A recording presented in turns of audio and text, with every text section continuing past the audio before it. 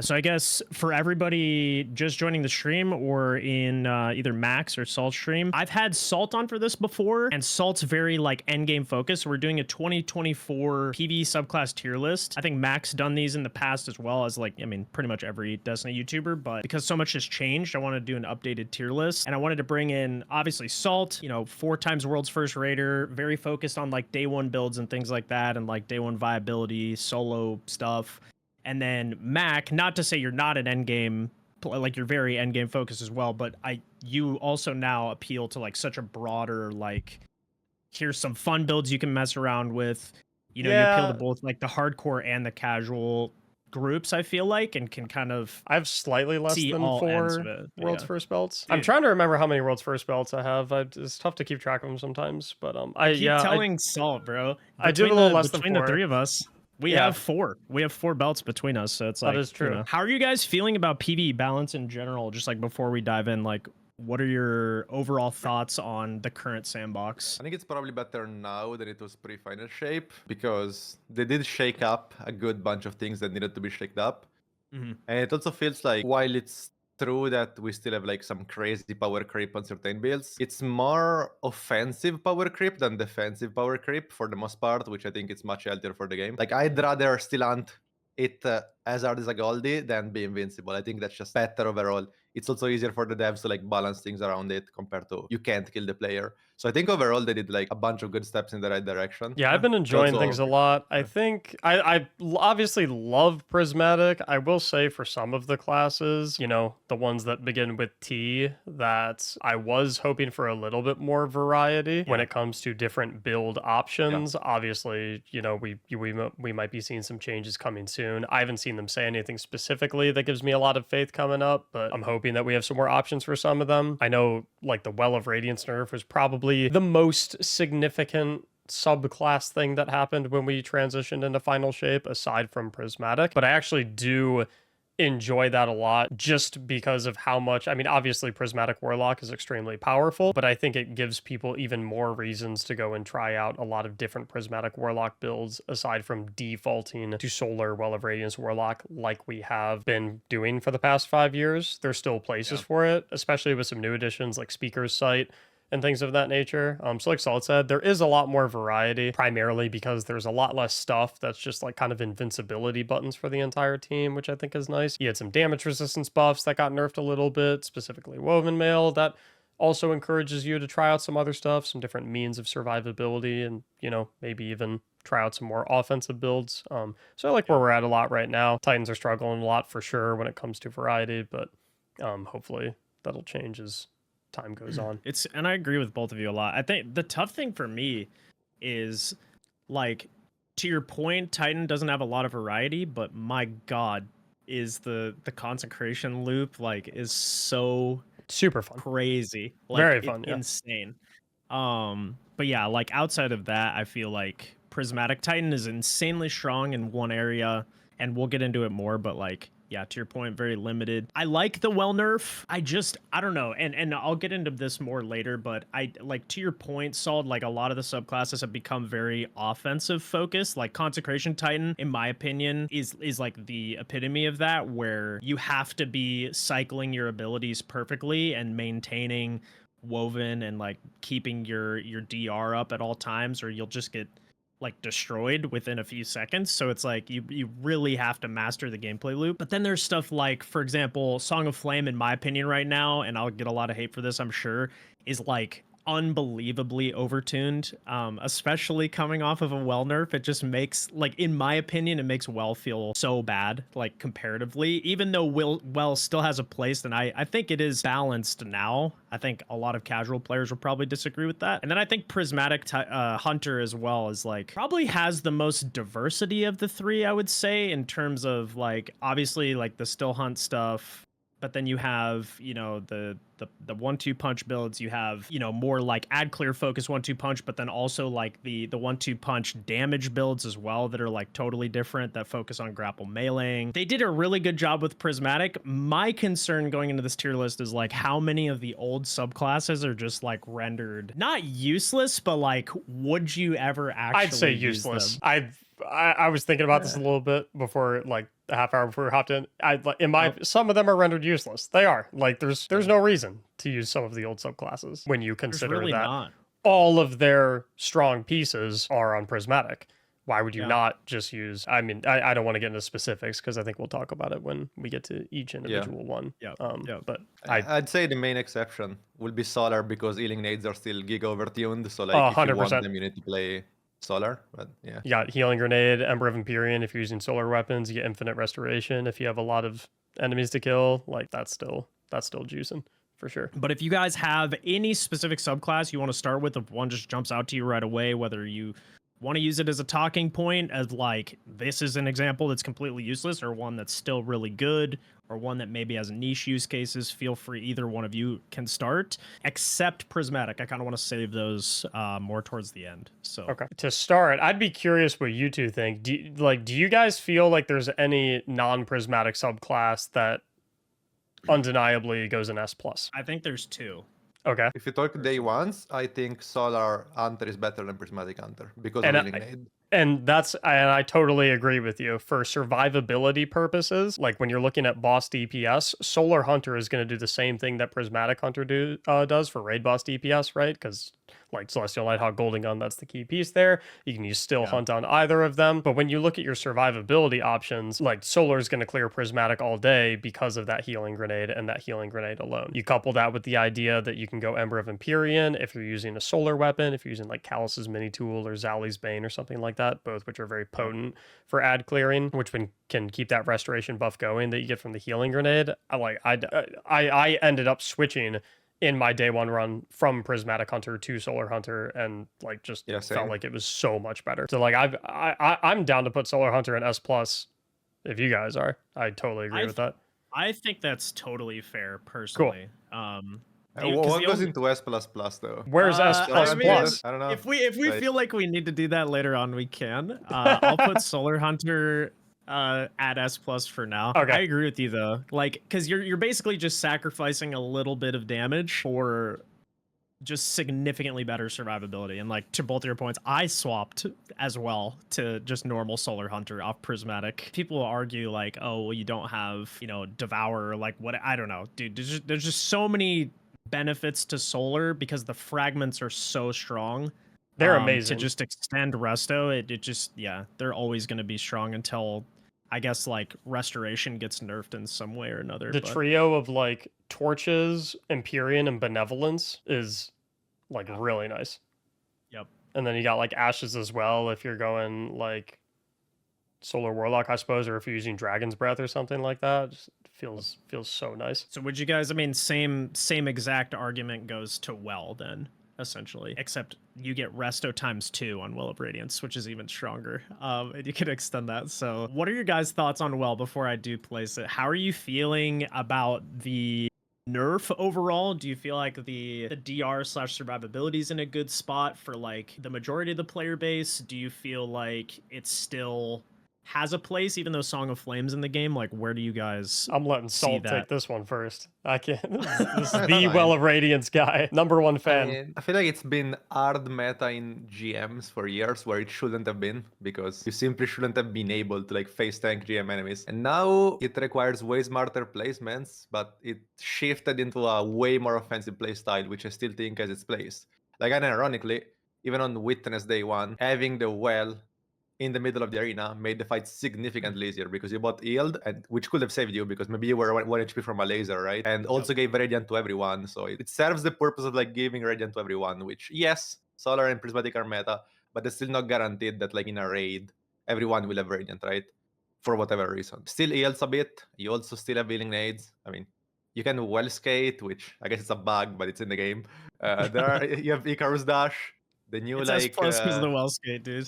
If you move past this S+. The new like aspect, I don't remember the name. It's also very good. Like it's just good. Oh, Helion, you mean? Or however, yeah. I don't know how to pronounce it. Everyone always tells me I pronounce it wrong. Helion. Helion. Helion. I've been calling it Solar Dude. Yeah, Solar Lad. Yeah, Star Boy, Solar Boy. You also still have the crazy nades. Like, they're not super popular right now, but you can still use some bracers. You still have fusion nades that chunk. Like, it's It's a good subclass, so I think it's fair to put this on S plus too. And I if think it's pretty balanced in terms of DR and stuff like that and healing. Like I feel like it's fine. It won't make you face tank everything, and that's fine. It doesn't have to. I'm not mistaken, is Solar Warlock the only way you can get Resto X2 on demand from a subclass now with Touch of Flame Healing Grenade?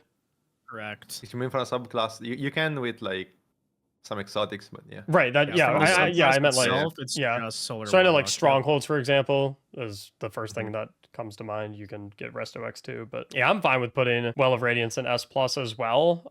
Even though it obviously took a significant hit. I mean, you have new angles that are afforded to it, like main one being Speaker's Sight, Healing Grenade, Ember of Benevolence is ludicrous in Grandmaster Nightfalls. It's also very like in our day one raid. I would argue that we had one Warlock with Speaker Sight Helm with the healing turret that we were using for DPS for the second encounter, the Herald or whatever it is, and we were killing him with swords effortlessly. Like we were never in any jeopardy of dying on day one in contest just because we had that single healing turret. I like what they did to it. I feel like it's definitely more balance now, like Salt said. I don't think it's super healthy to have an on-demand, my entire team is invincible no matter what happens button. And it's also, in my opinion, kind of felt like it's fallen out in certain metas and certain encounters as well, because Bungie has started to design raid bosses around the idea of you're not allowed to just stand still anymore. The Witness is like the primary example of that, but we also had Rolk, where he would literally break the wells and chase you around. Nezarec was kind of a failed attempt at that, and then we kind of saw what the real version of Nezarec was supposed to be when we got the Pantheon version. So it's like encounter design is starting to happen more frequently in ways where it's like, well, even if it was still its original state, it's just not going to be used quite as much. It still brings benefits, and it's still very, very good. Like Salt said, Radiant on demand for the entire team, always for an entire DPS phase, is very potent. The constant It's a really interesting change too. Will save I you, really like that right? change. But it's not like, I still throw it S plus, but like previously I would have put it S plus, right? Whereas now it was always in its own tier. Like, yeah, to your point. Exactly. Yeah. The crazy part too is, one, I do think that the change to well, where you exit the well and have Radiant that refreshes every time you step out of it, like, to your point, it's a really interesting change that for the new encounter design is actually like really beneficial. Like, you're not going to stand in there and just tank damage anymore, but it constantly refreshes a damage buff for you on bosses where you might not have that otherwise anymore for your team. It The other thing to keep in mind, you also have Song of Flame on this subclass with Resto ×2, like on top of it. And like, that's the part like, at least I always forget too, is like, you have access to that super on Solar also. Like, well, is the main focus of this, because I think it was the biggest pain point of the sandbox, and like the biggest, like, I guess, just polar opposites of the community would argue over, is it too strong? Is it balanced? Does it make stuff accessible versus like trivial? And to me, I guess for super casual players, I could argue that they buff the DR against bosses a little bit, because I think it's only like 10%. So for people who are trying to get into raiding and like, obviously they haven't been playing the game for 10 years like us, like maybe they could bump that a little bit to match the 20% of everything else. But overall, I think it's in a really good spot. You still have just the craziest fragments. You obviously, to your point too, like the Speaker's Helm, proccing Ember of Benevolence, which some people at home may not know what that is. Essentially, every time you heal or cure your teammates in any way, it increases your regen of abilities by 400%. It's insane. And so you're doing that constantly. And now we have, the new Solar Sidearm that applies cure every time you reload, and cure ×1 to your teammates who are around you. That procs Benevolence. So like, you're able to cycle your healing abilities better on this subclass than anything else by far. Yeah. And it's crazy. The idea that you can get your healing turrets back by using healing turrets. Should we use insane. Song of Flame talk to segue into Prismatic Warlock, or do you still want to save that for a while? I'm cool with that if you guys are. Okay. I'd be interested to see what you guys think. So you said something interesting to me in the intro, where you said like you felt like Song of Flame was a little overtuned. My knee-jerk reaction is, yes, the 90% DR basically makes you invincible, but I think it's a stark contrast with old Well of Radiance, where Song of Flame makes one person invincible, whereas Well made everyone invincible. But that's just my knee jerk, right? I guess like where I was coming from with that is I love the idea of a roaming support super that doesn't have just perma healing like Well does. So like you can't just throw it down in a panic situation and just live through everything. Like in previous seasons, I could throw a Well down in a GM with a Hive Guardian boss in front of me and just like face tank him and an unstop. Like there's crazy clips I have from GMG and stuff like of just ridiculous stuff you should never be able to survive that you're able to survive. And it's like obviously you can't do that anymore, but Song of Flame, I think it's healthier that it's like a single person, still provides DR to your team. And again, it's like more of like the, okay, do I have to cycle my abilities to stay alive and Phoenix Dive and things like that? But you just take no damage. I feel like you can kind of play with that same reckless mentality and it lasts a very long time too. Like you can pop it in just a crazy situation. Like a res could be in the middle of a room, and obviously it's a super, but like I just never worry about that person dying because they're literally like invincible when they're in that super. It's crazy, and that's just the super itself. That's not even combined with like other sources of DR. So I don't know. I'm kind of mixed on it, to be honest, because I feel like, to your point, being one person's a lot healthier, but it's like pretty insane. What do you think, I don't Paul? know. Like, I think it's very good, but I don't think it's an issue at all because yeah, it's one person and it's not 30 seconds. Like it's long, but it's not 30 seconds, right?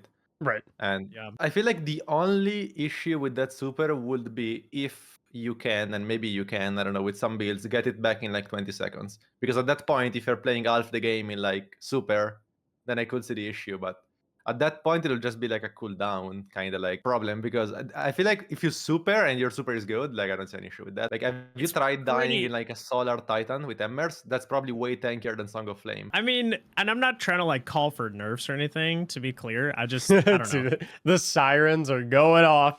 I'm just saying, like, for what they did to Well, where they nerf that DR in like one specific radius, like a specific area of the map.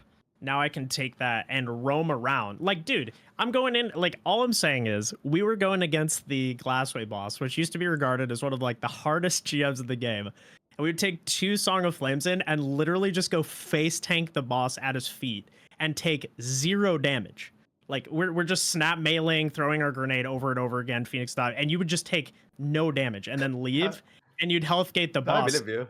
without a word. I mean, like it's crazy, and I don't know if like any level of DR is. But like, don't you That- also like, auto health I gate the don't know. boss if you blast it with 2 Nighthawks? Like, I know Nighthawks don't have the same invincibility, but like if we're measuring it by you can pop this super and insta health gate the boss, why does it really matter what duration of time you do it in? Yeah, I mean that's fair. I get the angle you're coming from, right? And it's potent. It's very strong. It's a very, very, very good super. I just think, like, for me, it is nowhere near the problems that, because people always use the argument for Well of Radiance staying, like, why it should have stayed the way it was. It's like, no, it shouldn't get nerfed. It's supposed to be really good.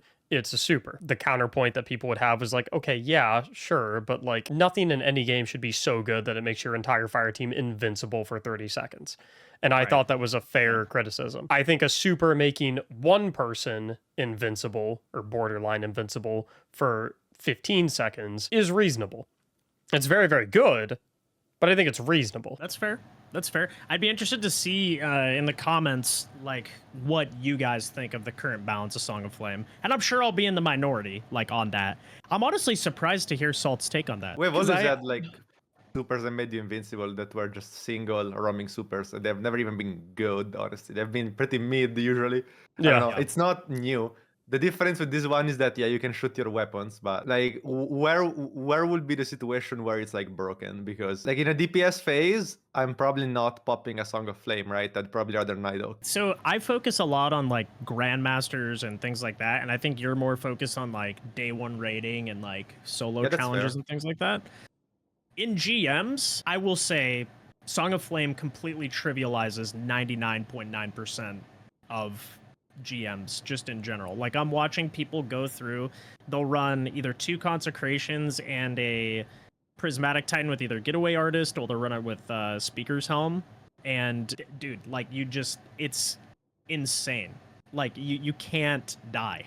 Your consecrations are running around with 86% DR like outside of super, and your Song of Flames running around with like just perma devour, healing, freeze, like it healing turret, 90% DR super. And I'm just having like people in chat, they're like, yeah, we ran we did Exodus Crash in 11 minutes and just like face tank the boss, and it was the easiest GM I've ever done. Like, and I just think back to like the previous days where, you'd be pinned in a corner and have to like run double well banner shield or something. And it's just like, I think the creep of power, and to your point, like kind of where we're alluding to is like how much of Prismatic renders other subclasses useless at the beginning is like, I do feel like in a lot of situations, I would just prefer Song of Flame over Well. Because like your team still gets DR, you're basically invincible for the majority of a damage phase, even if you don't use it as like a DPS thing. How much which it DR does does your damage. team get when you pop? I think it's 30%. No. Song of Flame and Well are the same exact thing, and they don't stack. So if you pop Song of Flame, it's like if they're standing in a well, DR-wise. I thought it was 90% to the user and 30% or 20% to the team. I can't remember. No, I'm looking it up. I'm like 90% 99% sure. to the user. God, be the I'm same trying. 20 and 10. The amount of info on this thing is absurd. There's like 6 paragraphs. Maybe the super is busted. I'm kidding.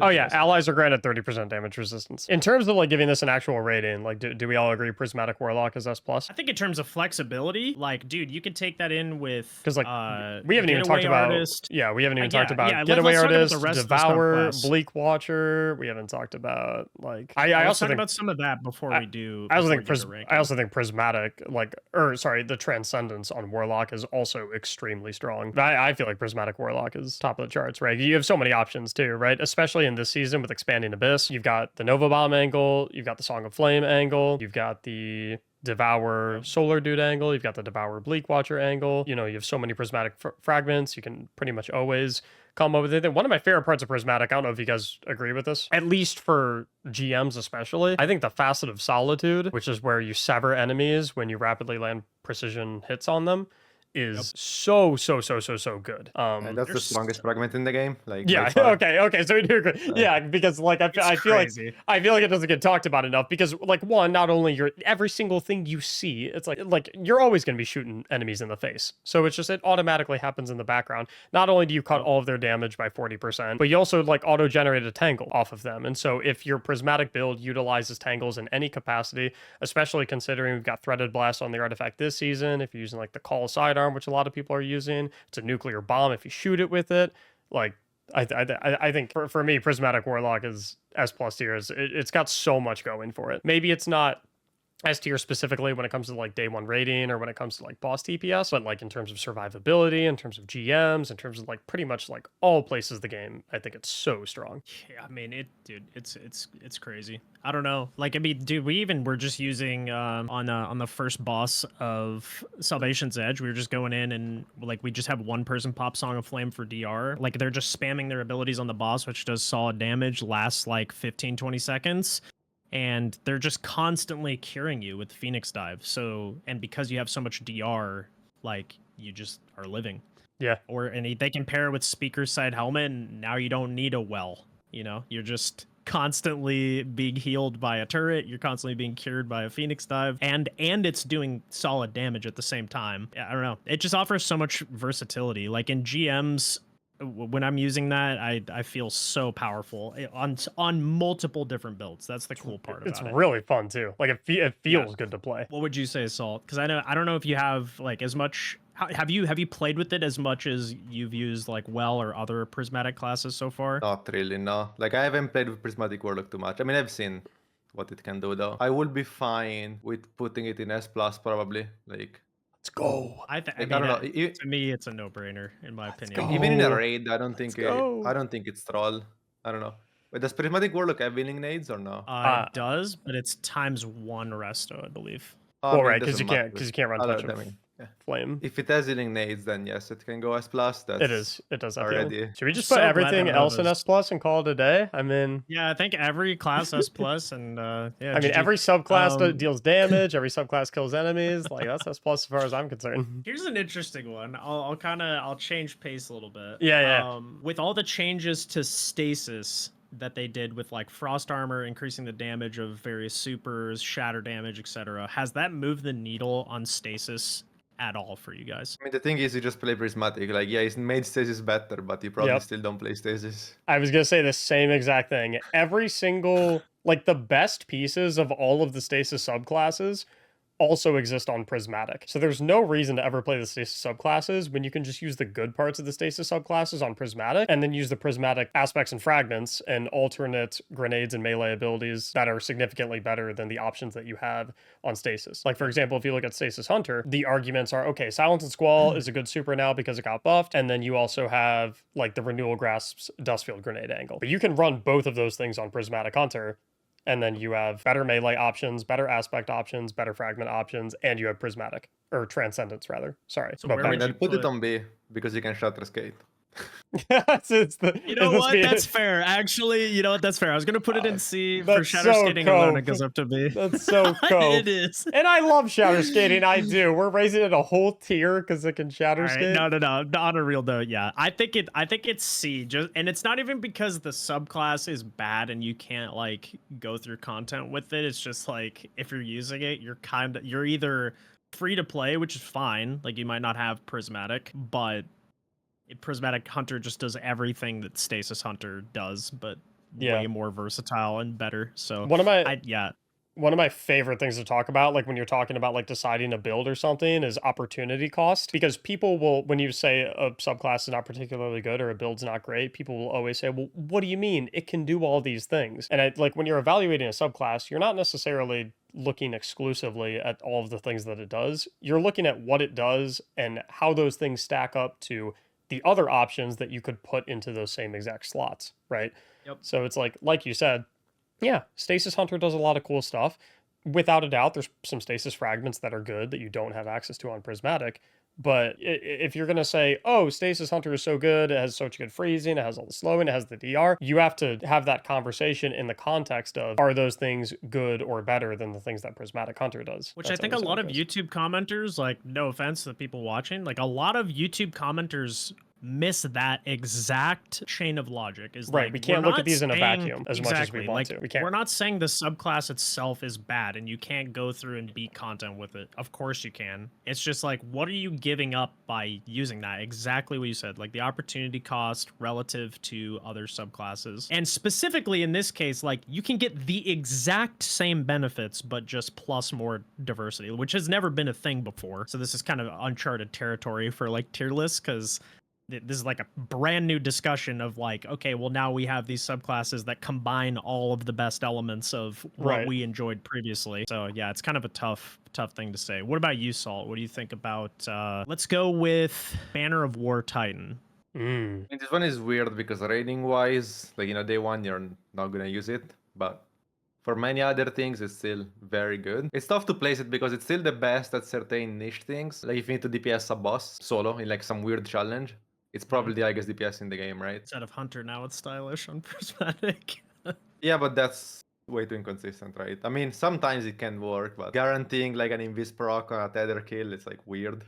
True. I would probably at least S. I don't know if I'd put it on S plus just because of like versatility. I don't know. Don't think it's S plus either. No. Because it used to like fry GMs, but with the new consecration, that probably does GMs better. So yeah, it used to cut like crazy. In my mind, like Strand Banner of War Titan was the only thing that ever came anywhere near Well of Radiance Warlock pre-nerf. But it's kind of interesting now because you do have other ways to get like, yeah, obviously it's taken some hits, right? Like Salt said, it excels in certain situations. But like you said, they're very niche. Like I remember watching a bunch of Warlords run speedruns and it was just everyone navigator grapple spamming, cooking bosses in one hit. How many people are realistically doing that though on a regular basis? How many people are actually putting that to work? Not a ton. It's not a super common thing. It is very niche. That being said, it's still got a lot of really good parts. I think Banner of War is still really, really good. It's tough for me.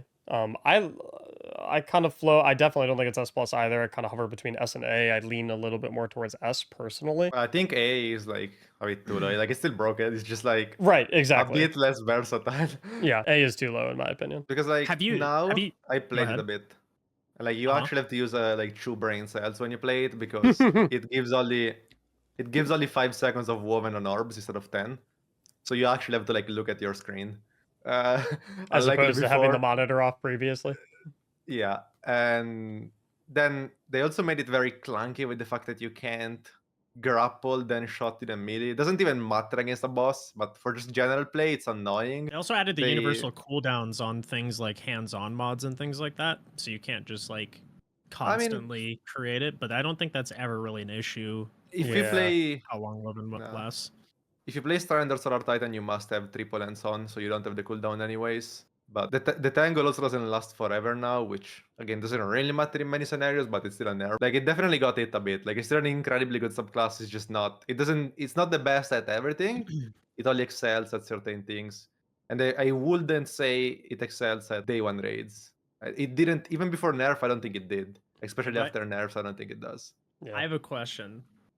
Where would this be if Prismatic didn't exist yet? Like in its I don't current think it would form change post much. nerf. You don't think it would Like- be S plus? If you talk day ones, Solar Titan is better. Still. I'd love to Like- like looking at Solar. I'm very curious because this is a class that I don't play very much, and obviously Salt, I know you're big on Titan. Where's Solar Titan at, in your opinion? I'm I mean, very it's the best Titan class by far, I think, for like Really? day ones and stuff. Like See, you're this- not I'm gonna catch me default to playing. the 4-time world's Right. first raider here. I'm not on- disagreeing with on him. I'm Solar just Titan. like walk No, walk I'm with me you. through it. I'm with you. I don't have as much experience on Soul. Like I've played it, and to be honest, to me, like where I'm coming from with this, as someone who doesn't play it as often, is the hammer change feels extremely clunky, and like kind of since then, Oh, it I does. haven't really played it as Yeah. much. I'm in the same boat. Because before it was broken as hell, and now I'm like, okay, that, like to me, I feel like I can achieve better on Prismatic Titan, to be honest, with like the infinite consecration stuff, with how much DR you get. But I'd be interested to see your arguments for it. We lost him. I think he just. Oh got- my god, dude, I'm on a cliffhanger right now. He ran. Maybe he's trying to. He Maybe, dipped out, bro. maybe he couldn't. He's like, damn, I've been put on the spot. I gotta get out of here. So first of all, it got like an ungodly amount of buffs when they fixed restoration, because now sunspots extend restoration. So it's That legit is true. impossible to not Because have permanent previously it would restoration. reset it to like 2 seconds, right? So you had to No, like it didn't do low-key that. avoid It sunspots. No, it just said on your left like Sol Invictus, and that thing healed you, but that wasn't a restoration. Like it was a different thing. So now it's So- tied into actual restoration itself. Yeah, I thought I there was see. something weird that like reset your rest. Oh no, that was that was the fire fragment sprite thingy. pickup. Yeah, that's right. Yeah. That's right. Yeah, because that was actually bugged before, right? It would reset the resto timer to like default whatever you pick up a fire spray was like 3 seconds or something. If you had Empyrean and you extended to like 15, it would just reset it to 3. So it's just a detriment to use it. I'm something like so that. you said you think Solar Titan's the best Titan subclass. Like, I would have thought Prismatic would have had that role. What does Solar Titan do that Prismatic can't that puts it above it? Things like a dungeon or like a raid, because in a Okay. GM, Solar Titan doesn't have the damage to just one shot a champion anymore. Uh-huh. But in a dungeon or in a raid, first of all, you have healing nade. I mean, obviously, it's always the same thing, but you Mhm. do have that. I don't know, like if you play it, like yes, it's annoying due to the fact that, you know, after you pick it up, you can throw it again. But once you get used to it, like you still have that invincibility aspect that no other class provides. Yeah, now you hit something with the mini hammer, it cures you. You make a sunspot. Everything else that's close to it just dies because there is a sunspot. You get the resto, and you have one of the best supers in the game, which is like hammers. And if you want to do DPS, you also have Pyrogales, which I don't like, but it's good. You have what? Sorry. Peregrines, yeah. Oh, Peregrines. Okay. Pyrogales, how is it called? The super burning mold like chunks. Pyrogale, yeah. Pyrogale. yeah. Pyrogale. Okay, gotcha. Okay. So where would you rank it then on the tier list? Like I do think, while you know everyone is saying, "Oh, Titans were so bad on Salvation's Edge," I think Solar Titan was the best class for the entirety of the raid that saw the witness, even considering Hunters and Warlocks probably. I mean, I guess Wow. Well would outclass it, but like it was legit just impossible to die. I died twice because I got one shot by like one of those silences. They damage you a lot, but like outside of that, it is very hard to die on Solar Titan. You have insane damage because of Synthos mini hammer. You have some of the best supers in the game. Like I don't know, it's just so good. But you didn't World's First Salvation's Edge, so like, what do you really know? You know what I mean? yeah, I'm just dude, saying. jeez. So, no, I'm just kidding. Uh, Like it. I know. I It see lacks- what you're saying though. Like now that like I'm actually thinking about it, like I don't disagree. Can I make a counterpoint really quick? So I did a video with Zemo, who finished world's third, and he said he was on Prismatic Titan from start to finish, and he was like, I think he was the only Titan in the top, like until maybe Cross on your team, Mac, where Correct. the only Titan to clear like day one, I believe, or that played it the whole time. Salt, I don't know if you changed any. Were you on Hunter, Salt? Oh yeah, but I mean, it's not like I couldn't have cleared on Titan. It's just that like Titan on Witness, you're being a detriment to the team because of the fact that you want a Nighthawk for damage. Yeah, it's not like it was useless. Yeah. It was so bad. I'm just saying, like, yeah. all I'm getting at with this is, so you made this argument of like, you know, you think the sandbox is in a healthier spot now because a lot of the defensive capabilities have kind of been nerfed and like offensive ability has been made so much stronger. To me, when I'm talking about it like as a direct comparison, the opportunity cost that Mac talked about is like Prismatic Titan is so insanely strong in terms of like just one-shot ability uptime on top of like ridiculous DR that's like basically available all the time. The only time I would say it's not is like if you're going directly one-on-one versus like a ranged boss. In that case, you wouldn't use it in that situation. You use something else. But like in kind of like the up-close melee type playstyle where you'd be comparing a Solar Hammer Titan to a Prismatic Titan on like these infinite consecration builds. I don't know, dude. For me, it's tough because like I feel like you get so much more offensive capability and you're like, I think the DR we calculated was like 86% with everything up, which is just crazy. You just take like no damage. Would you think it's fair to say, Salt, that Solar Titan would be better in on-level environments like raiding and dungeons, and Prismatic Titan is better in like GM environments? I don't know if I'd say on level because I still think in contest mod you're not gonna catch me on like Prismatic. Right. Yeah, okay. But I feel like it's just not very good against champs simply because you can't kill them with the mini hammer, you can't kill them with your super. So in a GM, a Solar Titan can't be good because you simply just can't kill a champ. I think that's it. Like if there is a major, Solar Titan fries it. The issue is just like specifically champs, I think. So like in Master, do you think it falls off as well? It depends what you're doing Master, but when you're doing like a raid in Master, there are few champs, you have 6 people, you don't have to be the one stunning it, so true. I wouldn't say so. So would you, I mean, you said you think it's the best Titan subclass, so I'm assuming, Salt, that means you would automatically put it in at least S? Yeah, I mean, I think I said for day ones and dungeons. Right. Oh, okay, I it's gotcha. like in a GM, definitely not. It's, you know, they just shine at different things, so it's kind of hard to like. And which honestly is a good thing for the sandbox because that means diversity. Like you're not always just on the same thing. That's a good thing. It's like you can, if you tell me like there is a new dungeon coming out today, go solo flawless it in the least amount of attempts. Like the only answer is to play Solar Titan for me. Like there is just nothing that comes close in the fact that I can't mess it up. Okay. It's consistent and I mean I totally get that. Yeah. Like you miss a consecration on like Prismatic because it whiffs because there is a set of stairs and you're just dead. Like on Solar Titan, like what's gonna happen? Because they're 2 feet above you. Like what's gonna happen? You throw your mini hammer, you can pick it back up. You miss your mini hammer, you have an healing nade. You miss your healing nade, you press your super, you can go take a coffee and you're not gonna die even if you get shot by like 18 hydras. So it's like many don't know, but you gotta cast your like solar super when you're on the ground because if you do, you make a sunspot. And you start healing with like 90 DR and there's just no way you die. Yeah. And it lasts longer when you're in the sunspot too, right? Yeah. Yeah. I don't know. It's just so safe while still being so good because a mini hammer with Synthos like still does like a good amount of damage. It's probably a third of the health of a champ.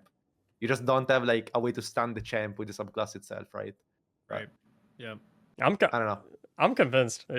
I will say for the average player, it's hard to play because you must play with botkey bindings for charge and uncharge melee. Right. Yeah. Like your loop is kind of like hammer, regular melee, hammer, regular melee. You can't just like carelessly press auto melee because it probably won't work. It's gonna mouse with 6 thumb buttons. Yeah, I just don't know. Like, sorry, I controllers. do think about that. Like, I do think about like what percentage of the community would play Solar Titan over. I mean, that's fair, but at that point, So even are we Strand doing- I'm then not, it's would not go even down, a right? knock. It's just a question. Are we doing Like, this I'm tier not saying list it's- of how good are these subclasses when put in the hands of the average player, or are we doing this tier list on how I good are think these it's- subclasses when I it? think it's kind of a mixture of both, right? Like I think Okay. what is like the top peak end and like versus also while So it's taking like into what's account good like plus ease of use type thing. yeah, like how good is it on average? Like if you gave it to not necessarily like, someone that just picked up the game, but like, someone that has some titles and they do some Yeah. GMs occasionally, they dive into raids. But Apparently, they're not like a 4 times world first raider either. I'm you know being what I mean? told the Like, hammers are being buffed in the next update as well. Do you guys know about this? That might just be when you're not using sunspots though, because they're different how they work. Like they buff the damage of hammers specifically when you're not using sunspots to make prismatic better, right? Oh, So I think they might only be buffing when you don't have sunspots, but I'm not sure. oh, is throwing hammer an option on prismatic? Yes. Oh, I didn't even know because it's Yeah. because the only Titan has this option issue. the only option is Yeah. triple frenzied blade consecration. yeah. No, but I mean, you can still use that's your super. No, I meant like they're not. Oh, they're the buffing mini Hammer hammer, of they're Soul. buffing the emmers. Yeah. Oh, okay. Oh, the I the see, I super, see. not the throwing Yeah. hammer. Okay, I Didn't see. they I didn't just even know. buff Hammer of Soul as well? Like the hammers that split if when you hit an Yeah, object. but or that's when you don't? don't have sunspots. Like they Okay. made it so you split into more emmers when you don't have sunspots. Kind of weird, but it's because there's this weird stuff where most Titan supers are only usable because of a certain aspect that doesn't happen to be on prismatic. That goes for emmers. That goes like emmers are unusable without sunspots. Right. Probably even post buff. And uh, the strand ones, Strand like, super. not Yeah, very good you don't without have Banner Banner of of War. War. Yeah, It's still solid, but it's not the same. right. But yeah, it's Uh, not like Yeah. I just I don't want to take a second to reflect. I wanted to have you two on specifically because I feel like you're both very knowledgeable. And again, like like we all three focus on different areas of the game in some capacity. And I think this discussion's awesome because I didn't expect there to be this much like debate over a single subclass with Yeah. how strong Prismatic is. So that's pretty awesome. So I- Saul, where would you place Solar Titan if you had? I don't think like, it top of can mind? go below S, but I don't know if I can put it on S plus simply because if there is an encounter like Witness, you're just not playing the game, and I feel like that's a flow that right. If there are like scribs everywhere and there is a subjugator one-shotting you, like what are you gonna do with a mini hammer? You just can't use it, right? Yep. While exactly. an Hunter can still just play the game. On like Solar, Nighthawk, you can Nighthawk majors on cooldown, you get a chunk back. You have Stompies, which make you invincible when you jump, like stuff like that, right? Titan doesn't have that. You only play Synthos and only Synthos. So Would you place it above or below Berserker Titan? I think they are in a similar Oh, tier. are we I think ordering they can them butt row to me, yes. row? I Oh, am. I You wasn't don't really have ordering to. them. I am doing that. So What's like your right S? now. What's your S plus in order right now? So I currently have Prismatic Warlock, then Golden Gun, just because of how potent Still Hunt is, and then Yeah. well, the other ones only have one in each tier until we Right. place this. So I'm Yeah, just yeah. curious where you would place this. Saul. I was gonna say in raid and dungeons it's 100% better. In AGM I would say it's worse than Strando because Strand can still one-shot a champ. So do we place it above because it's better in 66% of the game and worse in 33%? I mean, it's also of it? better in like everything that's specifically just it's not good in GMs, but in anything else you can still one-shot a champ probably. Like if you're playing an Ear or Nightfall, it's so much easier for like the average player. Because yeah, it's true that not everyone is gonna use a charge and uncharged melees, but you don't have to. That's just to play the subclass as the full potential, right? It's not like you have to Mhm. play it like that. The main reason why it's good to use uncharged melees is because when you kill a single thing with your mini hammer, then you gain roaring flames, which make your melee solar. Then your yeah, melees make some spot. They do way more damage. They get Synthos too, so it's like yeah. it kind of Your chains. your regular melees become powered melees. All right. So above or below Salt? I'd say above.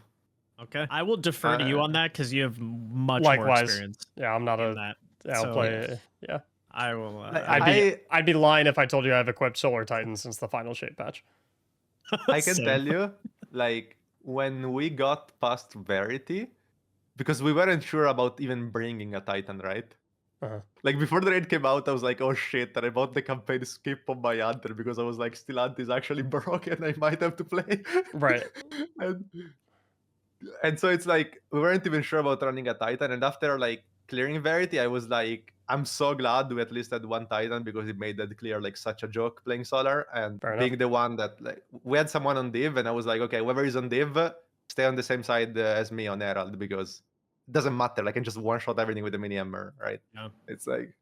Yeah. Wasn't So, that the I'd same say thing above. in Crota as well? Like I remember people down in the pit on Crota, like killing the ogres and things like that on day one.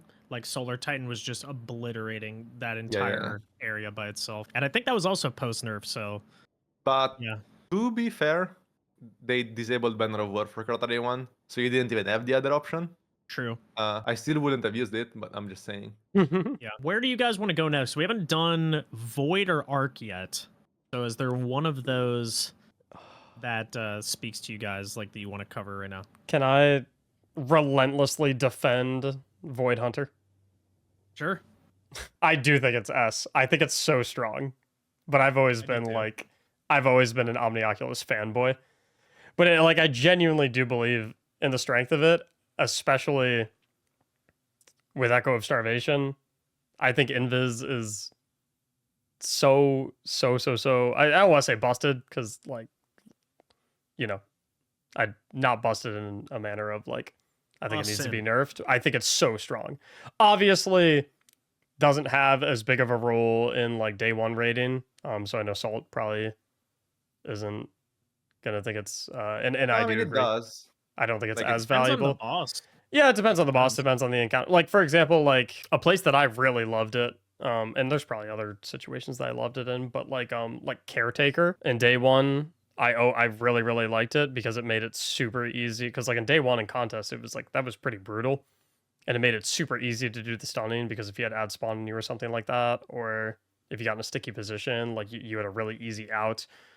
You could even go invis and make the other guy invis like in between stuns because he was just like standing there anyway. It didn't really matter. So like I think it does have really good viability in some raid encounters. I think it's absurdly busted in GMs. You know what it's like, honestly insane for, dude? Like Orpheus rig, or if you run it was insane in Onslaught as well. Dude, just empowering your teammates alone with orbs, like getting more Song of Flames or getting more, you know, just like anything like that, getting more, you know, supers with your Titan to be able to pop more consecrations and just go like, it just feeds everything. So I agree. I think it's so good. Like I like it in S. I don't know if you guys agree, but like, you don't have to convince me. Like, it's S for sure, but even in day one raids, it's like it. Oh, so okay, so maybe I can get maybe we can move it up to S plus. I don't know. Maybe I can. Maybe I don't know about S plus. No, I know it's really close. I'm not saying like there is an argument to be made. I'm not sure. So like it works incredibly well with Trafalcons. Yeah, like I wouldn't play Omni. I know you're an Omni lover, but I think it's. I know Mac loves Omni. Yeah, I'm not an Omni lover anymore. Like I used to be back when hard I to cannot pack deny was a I thing. am an Omni lover. Honestly, Orpheus rigs have just seen a massive resurgence with like how ad dense like every activity is now, and like just how often you're able to spam orbs with your teammates. Like in Onslaught, the world record was literally just 2 tethers and. I can hear 2 tethers in a well or something. Like it was just like they were able to get through 50 waves in like 35 minutes, just tethering every spawn. And obviously that's like ultimate playground. Like the wild aspect of it too is like it's one of those I don't know if you guys have a term for them. I call them hot swap exotics, where like you don't even need to have it on the entire time. You just chuck it on when you use your super, and then you can go back to something else. I thought I was gonna have to fight. I thought I was gonna have to fight for that one a little bit more. Well, and like, okay, so if we're talking opportunity cost from Prismatic Hunter, right? Like, obviously, you can still get Deadfall. Yes. Yeah, no, exactly. However, that's what I wanted to bring up. Well, so here's my counterpoint to that: is one, you need to debuff an enemy and actually like actively kill something to go invisible on Prismatic Hunter. A lot of that is based around melee builds. Luckily now, like Incandescent and Volt Shot and like other things proc stylish, so like you can go invis relatively easily. But there's not. It's kind of like the Solar Titan argument, where like nothing's as consistent as like me just hitting my dodge or my melee key and like being invisible instantly. Exactly. So the way I usually talk about it is Prismatic Hunter has a lot of survivability for sure, but it's kind of like the hybrid between survivability and offensive firepower, whereas Void Hunter is like if you play it properly, you cannot die. You simply You will not die. You're actually legitimately invincible if you play it right. There's a reason I banned it from GMG. Right. It's just too much of an advantage. Like, seriously. I mean, at GM, yeah, it's insane, obviously. Yeah. The thing is, though, like, you can also play it aggressively with your Falcons and just go absolutely apeshit on ad clear. So it's not even just a defensive subclass. It gives the highest debuff in the game. It chains orbs with your teammates. Insane ad control. Like, it just survivability, clutch factor with like being able to res in just horrible situations that like literally no other subclass can do other than maybe Prismatic Warlock. But yeah, I mean, it's just so versatile. Like, I know the S plus tier is like it would be getting full. I would say it's either the very top of S or bottom of S plus. I'm like in between I can agree. those two. Okay. And I don't know I don't want S plus to be like too much oversaturated, because then it kind of devalues what S plus brings. But I also do think there's an argument for it to be made that it is. So I don't know. It's just like maybe we return to it. It's very easy to die on it. Sorry, very hard to die on it. Yeah. Which is always a good thing. And Tether is good. And it's like it's useful everywhere. Like raid bosses, GMs, solo content. I mean, like solo dungeons, onslaught, you name it. It's valuable literally everywhere in the game. Yeah, no, for sure. I love it so much. There's like, and I'm not a big tattoo guy, because I'm like deathly scared of needles. But like, if I was a tattoo guy, like it'd be something Void Hunter related. You'd be getting those eyeballs. I love it, dude. They're like my chest, my bare chest would have Omnioculus eyeballs on it, 100%. And probably put a bow on my back. Are we? So we're aligned top of S. Is that a good spot? Yeah, there we go. Right top now? of S for now. Yeah. Okay. Yeah, that's fine. Okay. It also it still has that thing where you can crouch and see through walls, right? I don't remember how it works, but Can you do that? I don't even think you need to crouch. I think you just maybe not. Any kill is stylish just procs it, doesn't it? Yeah, like that thing Correct. like True works for sight? like Karata Day 1 to scout the towers, for example. Like it has those niche. Let me take a Things. peek. I got Compendium up right now. Can't so- remember. It seems like I was just getting it all the time, but I may have been like sliding or something when I got a kill. Yeah, you get True Sight no matter what. Can we put something in C and A tier? Yeah, so I personally have I have Revenant in C Okay. at the moment. Oh, And that's just because of opportunity cost with Prismatic Hunter, which we haven't ranked yet. But huge opportunity cost guy. Love it. you know what, dude? Let's talk about A, okay, actually, AB then. this is a subclass that was like insanely strong before. It was probably the worst subclass in the game. I want to see if you guys can guess this. Worst subclass in the game, in my opinion, for years. Received a couple buffs on behalf of Ionic Traces being really good and Elemental Wells going away. I mean, it's probably Arc Warlock. Arc Warlock? It is Arc Warlock. I'm very when you curious to said see where worst this in the falls. game, I already knew. Yeah, me too. But like, so we had a whole season or two or maybe even three where like the arc was so insane for So, Arc Warlock specifically. it was Season on of the multiple Deep. builds. And yeah. I remember very vividly because we had some Arc artifact mods. Ghost of the Deep just came out. And I thought Fallen Sunstar Arc Warlock was like one of the funnest builds in the game and one of the strongest builds in the game. I love it. I thought it love felt Fallen insane. Sunstar. And then obviously, I'm blanking on the name of the chest, but makes it blinds nearby enemies on Rift cast. Vesper of I'm Radius. Yeah, Vesper and Fallen Sunstar were both like just insane. So with that. I wasn't as huge on Vesper after that season because in my opinion, at least in like GMs and stuff like that, one of the massive parts of Vesper was the fact that that season we had an artifact mod where if you were amplified, you got a bunch of extra damage resistance, and it made it just way easier to effectively pull off the Vesper gameplay loop. When that went away, it was a little less safe. I mean, if you could get your fortress in a position and blind everything, you were still chilling, but it wasn't as like in Season of the Deep, you could turn your brain off and play Vesper and win. Nowadays, I don't know. It's like you get the amount of ability regeneration you get for free, plus the amount of Ionic Trace generation you have with Electrostatic Mind, where you generate an Ionic Trace on literally any ability kill, plus any jolted enemy kill. Like you're throwing abilities more than you're shooting your weapons, even still to this day. I will say Stormtrance very lackluster, and I don't really like Chaos Reach is kind of as well. Both they probably have the worst collective supers of Right. any subclass. honestly. So like, I don't know, like you're not doing boss DPS with Chaos Reach because the only angle for that is if you have Geomags on. And if you have Geomags on, you can't be running Crown of Tempest, you can't be running Fallen Sunstar, you can't be running Vesper. I mean, you could hot swap to it, I guess, but it's like still the damage is kind of Mac, do you know if you get Ionic Trace benefit on Prismatic Warlock?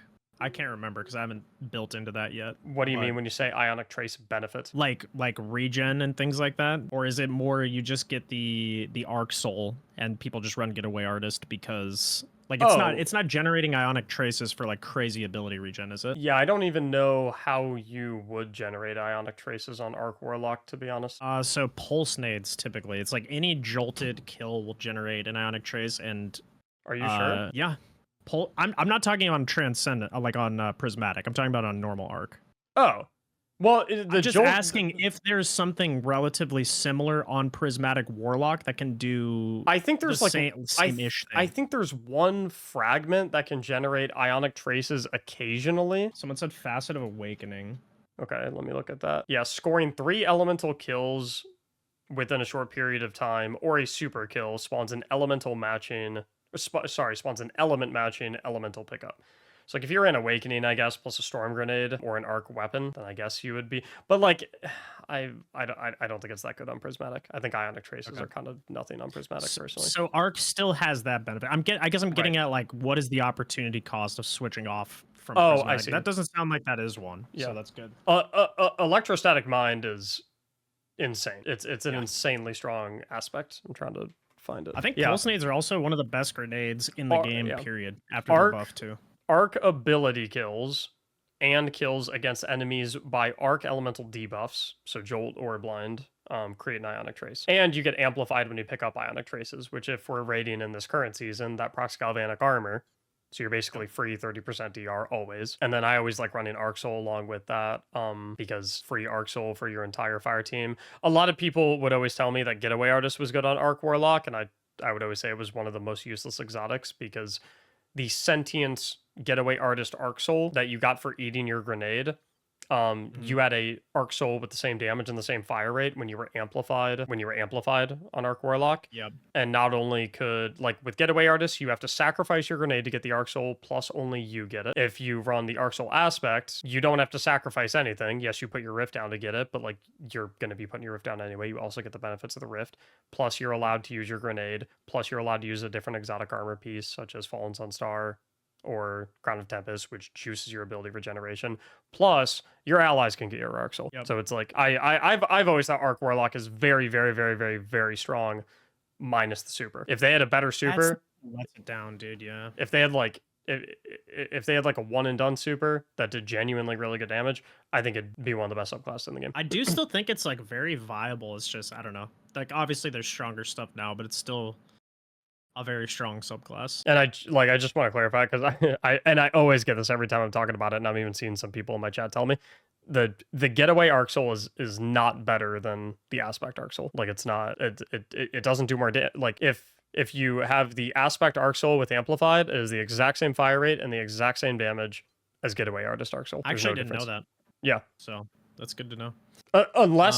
Unless they changed it within like the past year. Because I remember I was like people like I would get into it with people nonstop. I literally went into a Lost Sector and tested the difference between the two on like 3 different targets, on like squishy targets, tanky targets, all that stuff. What about you, Salt? Do you have much of it, or are you deferring to Mackin on this since we play a lot of Warlock? Have you played much of this class recently? Not the class I played too much, but my TLDR will be either top B or low A.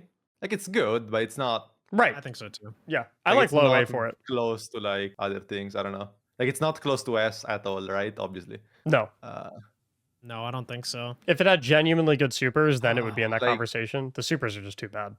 Like, would you ever equip an Arc Warlock in a day 1 raid? I can't think of like a single scenario right now. No. If you told me during Season to the Deep, I would have said yes. If you asked me now, I mean, he had OG well. I don't know.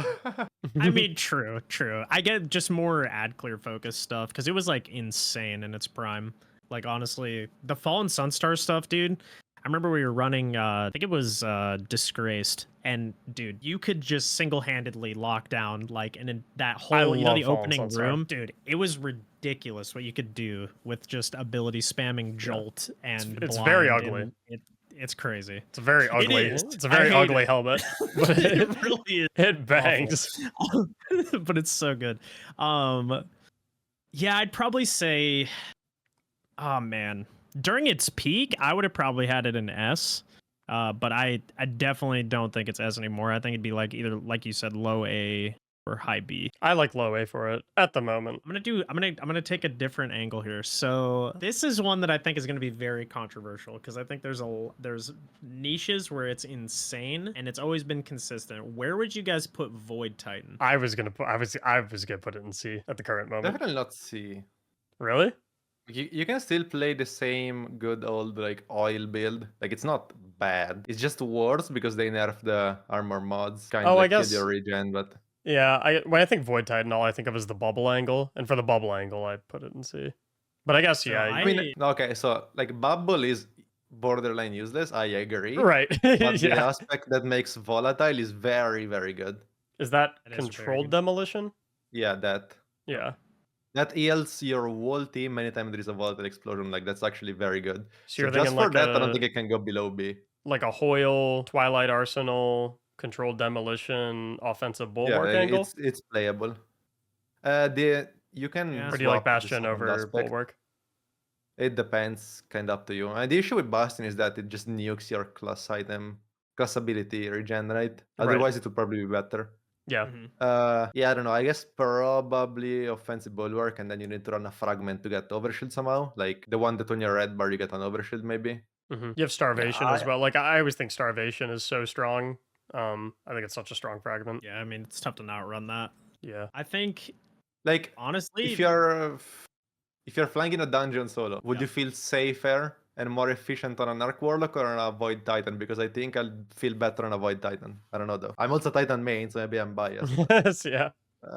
I don't Uh, know. I like it in B. I don't like, for me, I can't really justify putting it above B. I think it's in B. I think special shout out for where this is shining right now is any GM with overloads with Peregrine is absolutely absurdly powerful. It is so good. You Like just you can just one-tap 'em? one-shot champions, Yeah. one-tap champs. It's a lot of fun to run. And you come out of it with a Void Overshield as well, so you have like some really good survivability for like the up in your face Oh, right, playstyle, but because the shoulder charge suppresses as well, yeah. it does. Yeah. So you get the stun plus, yeah, Peregrine's a lot. Yeah. Okay. See Yep. that. So I don't know, like there's definitely, I think Peregrine Titan makes that is just- subclass a lot of fun, It's but it unfortunate is that niche. bubble is just doesn't exist in the game anymore. It's And I would say too, like out of all the survivability options now, I don't know how you guys feel about this. I find the Void Overshield to be probably the weakest out of like when you get what is the It's been since forever. yeah, it's I mean, yeah, it's ma- not great. You max out at 45 HP of overshield, and whilst you do get a 50% DR bonus while you have the overshield, it's like 45 hit points is like Yeah. I like, mean, what, it is, 3 bullets? one, I It's, think like one of the main one of the main fragments on Prismatic is Purpose, which gives you the elemental buff either on Arc, become amplified, solar restoration, Void Overshield, Stasis Yeah. Frost Armor, Strand Woven Mill. Other than, well, like even amplified this season with Galvanic Armor is probably stronger. Void Yeah. Overshields Oh, are by just far. so weak in comparison to I would Frost Armor. I agree. Strand and everything. Amplified's the last place if we don't have Galvanic Armor right now, but like Void Overshield is a clear cut 4. But like at the current moment, Void Overshield's 5. It's pretty bad. Yeah, it's Yeah. rough.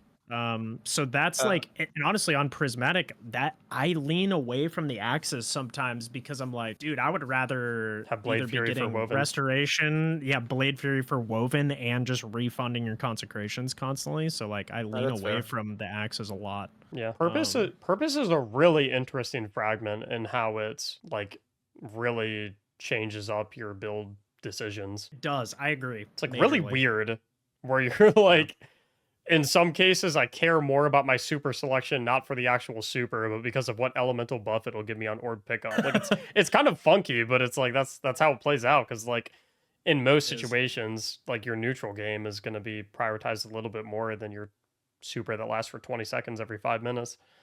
Yeah. and sometimes like the super for damage is more important. So you change. I don't know. Like I like that fragment a lot because Should we talk about Prismatic Titan? changes Should we it have up. that conversation now? I would be down.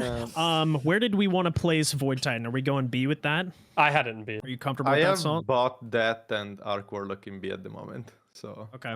Okay. I could be convinced to bring Arc Warlock down, honestly. But I'm leaving it in A at the moment.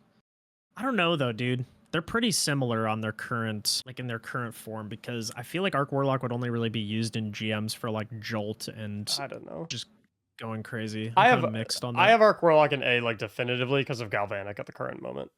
If That's I fair. mean, I wouldn't count that though. Like, I think Okay. we should. Try if we don't count that, I don't know. It's like No, I it's mean, like with right on the Galvanic, I line. can see it putting it in A, right? It's such a game-changing mod. Yeah, I don't know. but like I do get the argument for B. I do. It's tough to not include artifact mods these days though now too, because they're around for so long. They're around for like 4 months, right? That's a fair, long but- time in a video game. Like a live service game, 4 months of using a mod like basically becomes habit of what you can and can't get away with. Like I remember when they took away the previous artifact mod of like rapid precision hits making you radiant, like solar felt so much worse because we had it for like 6 months and I like got used to this loop. And we had to like when we were practicing for day one, we like made our team take them off like 2 full weeks ahead of time, so we're not like just used to these like really OP like bad habits because they're around for so long now. So I feel like Yeah. though, like an argument to be made is that when someone watches a tier list like this, one of the reasons can be to then know what to use in the next big content drop, whether that's a raid or a dungeon, and you're not gonna have those mods because that's gonna be a new act or episode. Sorry. True. So like, yeah, that's fair. I don't know. Yeah, and we're kind of in the middle of we're like 2 months into the current, so that makes sense. I mean, Anyways, yeah. one thing to say about Void Overshield is I'm pretty sure from my testings, it doesn't actually give you DR in the sense that, let's say, if you get hit by a bullet that is meant to do, I don't know, 200 damage to your health, right? And yeah, the Overshield is like 45 HPs or whatever, and it's like it's as if the Overshield was 90 HPs because it has that 50 DR. But that DR, even on single bullet, doesn't transfer to your health. So like if you get hit by 200 damage, you take 110 damage to your health because the 90 of the Overshield goes away. It doesn't actually apply the 50 DR to the bullet Yeah. itself. Like it's I only think that it's the a really Overshield has bad more way. HPs. They calculate in a really backwards way because I think the DR is calculated based on your total over health, including the overshield, on your base health versus like mitigating incoming damage, which it doesn't do. Like it's because like all that they did when they buffed Void Overshield was just doubling HPs basically, and they did say increase the DR to 50%, and the only reason they said that it's because of PvP, and like technically the Overshield is the same HPs in PvP and PvE, right? But in PvE it has like twice the effect. But yeah, it's not really actually DR. It's just a bigger Overshield, which kind of sucks. If it at least like saved you from like single shots, like a snipe, I feel like it would be better. Way better. It's only at like right now it says Void Overshield's 22.5 HP Overshield for 5 seconds. I believe that's But it's- stackable though, like up to an additional 100. okay. So, but that would require 4 orb pickups with no damage to get to that point, which is not a very realistic. Are you talking about for purpose? Because it's stackable, isn't it? It's not. You don't only ever have a 22.5 HP overshield. Right. That's like nothing. So it'd have to be stackable on multiple orb pickups. It's just weird. I don't know. Void. I feel like Void needs love, honestly. Like at least Titan. Maybe not Hunter. Yeah, we need to But, buff like, Invis, honestly. Buff Invis Yeah, and buff- Devour, in my opinion. I think it they're just just needs way resto, too weak man. right now. Here's an interesting one. So do we want to go into another prismatic class or do we want to save those? Because we can then No, let's go into transfer- another. Here's one that's interesting. How would you rate Strand Warlock in its current form? I don't think it's very different from Arc Warlock. I don't think it's that good. I think people soil their genes way too much over the apotheosis build for it. Like it's just not that good. With Euphony, No, you're just talking like about? build. Talking about with Euphony or just in general? Like, Oh, I meant just in general. Like I think apotheosis is so good. Like the Billy rotations you see, like melee rocket, melee that other thing, like that's us. Like that's not good. Yeah, I agree. Completely unpractical. But I do think it has a place with the new like linear. Yeah, that would be I'm the like- only reason though, because I'm not otherwise it saying just it's is like- prismatic, right? I'm not saying it's like terrible, like, but like Yeah, I it's like probably B. Like I don't think it's C. yeah, I have people telling me it's like S tier, and I'm like, no, there's I have just multiple no people way. in my chat as well, dude. They're all like, yeah. There's multiple people that are like Strand Warlock's S tier. I And just get don't. that in my comments all the time. They're like, "You're throwing on Warlock if you're not using this for damage." I'm like, I Yeah, mean, I don't I like. guess.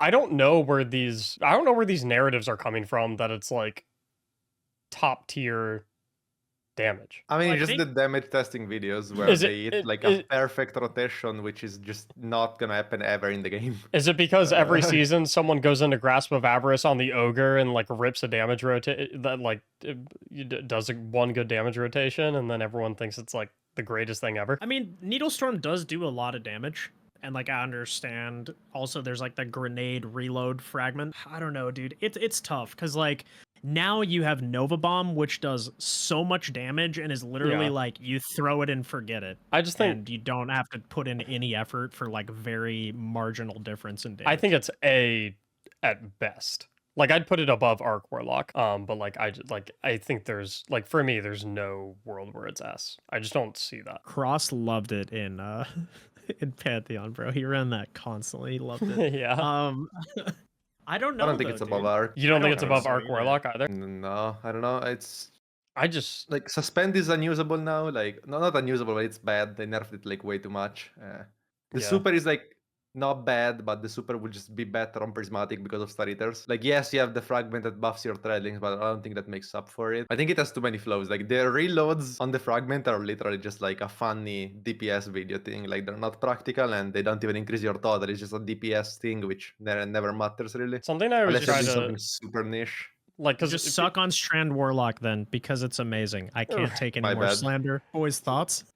something I always say is like, listen, if these things are legitimately as good as people are making them out to be, then why are people why do we never see them in day one raids? Why do we never see them in world's first clears? Like why do we never ever see the top players in the game running them? Or just anything. Like I don't see people taking that into a GM when it's Yeah, a tough GM. I don't see people taking that into a master raid challenge when they like need to survive and really like I don't Who's know. I using just don't Strand get- Warlock right now? Like I don't see it. I don't see anyone using it.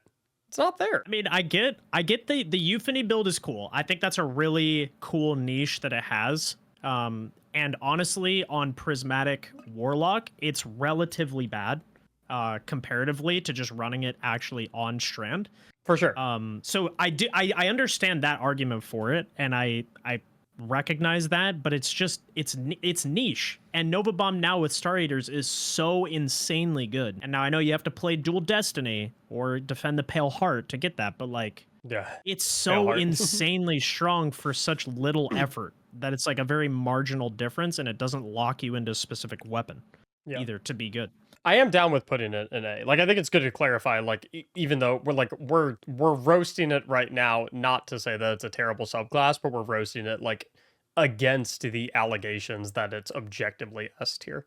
Is like the angle that we're. There will be. I talking mean, there about will it be right now. people like you're saying, genuinely, that will comment on the video. Like they will say, "Dog shit tier list. It's S plus tier. You guys have no idea what you're talking about." Like Right. that will just happen. Yeah, I know. Um, Well, because the way we're talking about it is like we're kind of talking about it with a tone as if it's terrible, which might confuse still some think it's- people.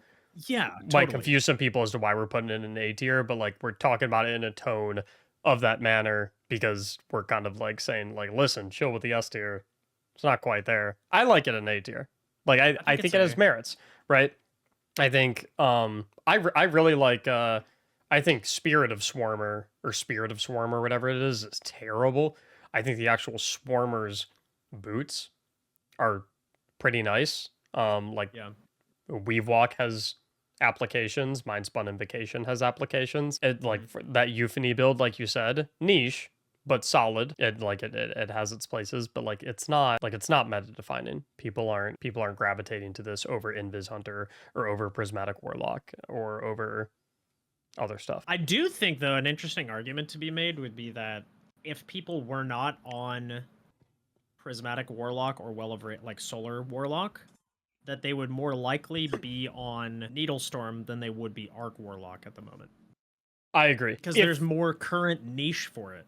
If like, we in take terms artifact, of- if we take artifact mods out of the equation, I agree. Which I know know. we kind of said we did want to kind of approach this with a little bit more of a let's not put so much weight on artifact mods. So if you take out the galvanic armor, perma 30% bonus DR when you have amplified, which on Arc Warlock you are literally always amplified. 24/7. Yeah. You, actually 24/7. You get it when you eat an ionic trace and you make ionic traces just for existing. If you don't, even though like you might say, oh, okay, well, but what about threaded blast? That's really good for Strand. Like 30% free DR 24/7 is nuts. If you take out the artifact mods, yes, I do agree. You would have people on Needlestorm. Like you'd be seeing it a little bit, but we live in the world where Prismatic does exist. So would you put it above or below Arc Warlock for you two? If we're not putting so much weight on artifact mods, I put it above. I think it's below.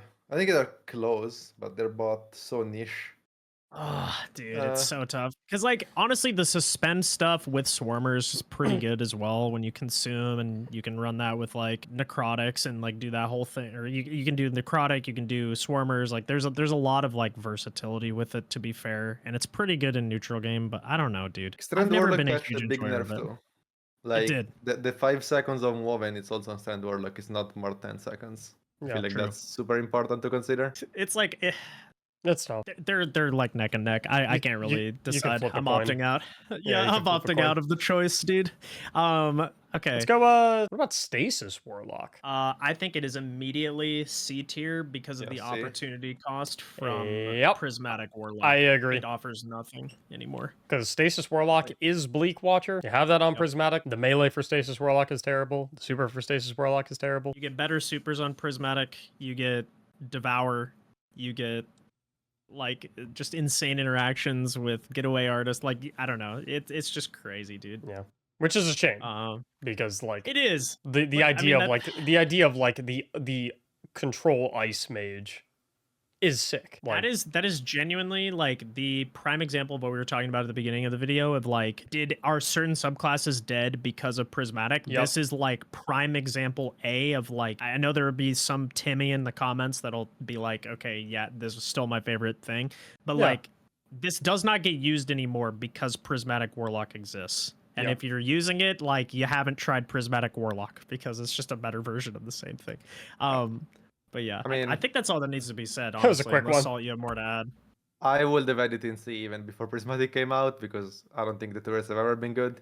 They were good like on OG Glassway, but in current days with the power creep we had, even pre-final shape, I still think they were bad. Like it was still better to just kill stuff than freeze them. they're really good in GMs.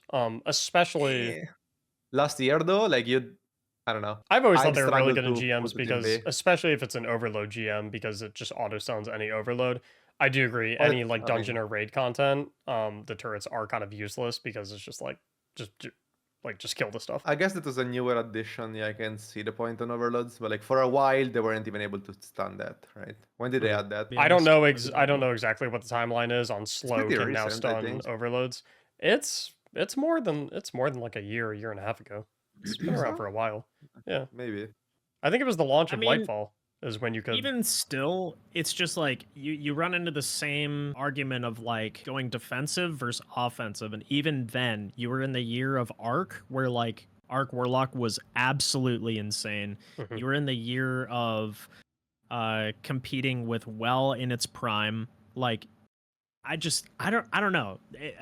The whole idea, and I understand people love the power fantasy of like freezing stuff and like just controlling, but there were just better better defensive options that allowed you to play more aggressive and carefree Yeah. than You're like freezing freezing stuff stuff. for 20 seconds when you could kill it in 2 exactly. with something Exactly. else. It's just like, what's the Yeah, point? It's exactly. fun, like, right? Like, another thing I always like to say with these tier lists, right? Like, it is super fun. It's an amazing power fantasy. It has like a cool vibe to it, but tier lists aren't about what's fun. There's no objective rankings to that. That's up to your personal opinion, right? Whatever you subjectively find fun, you shouldn't need a tier list to tell you that anyway. This is about what's good at killing stuff in Destiny and beating stuff. Where would you put Arc Titan at the moment? I think it's You trash. would have to convince me to put it low B, so probably C.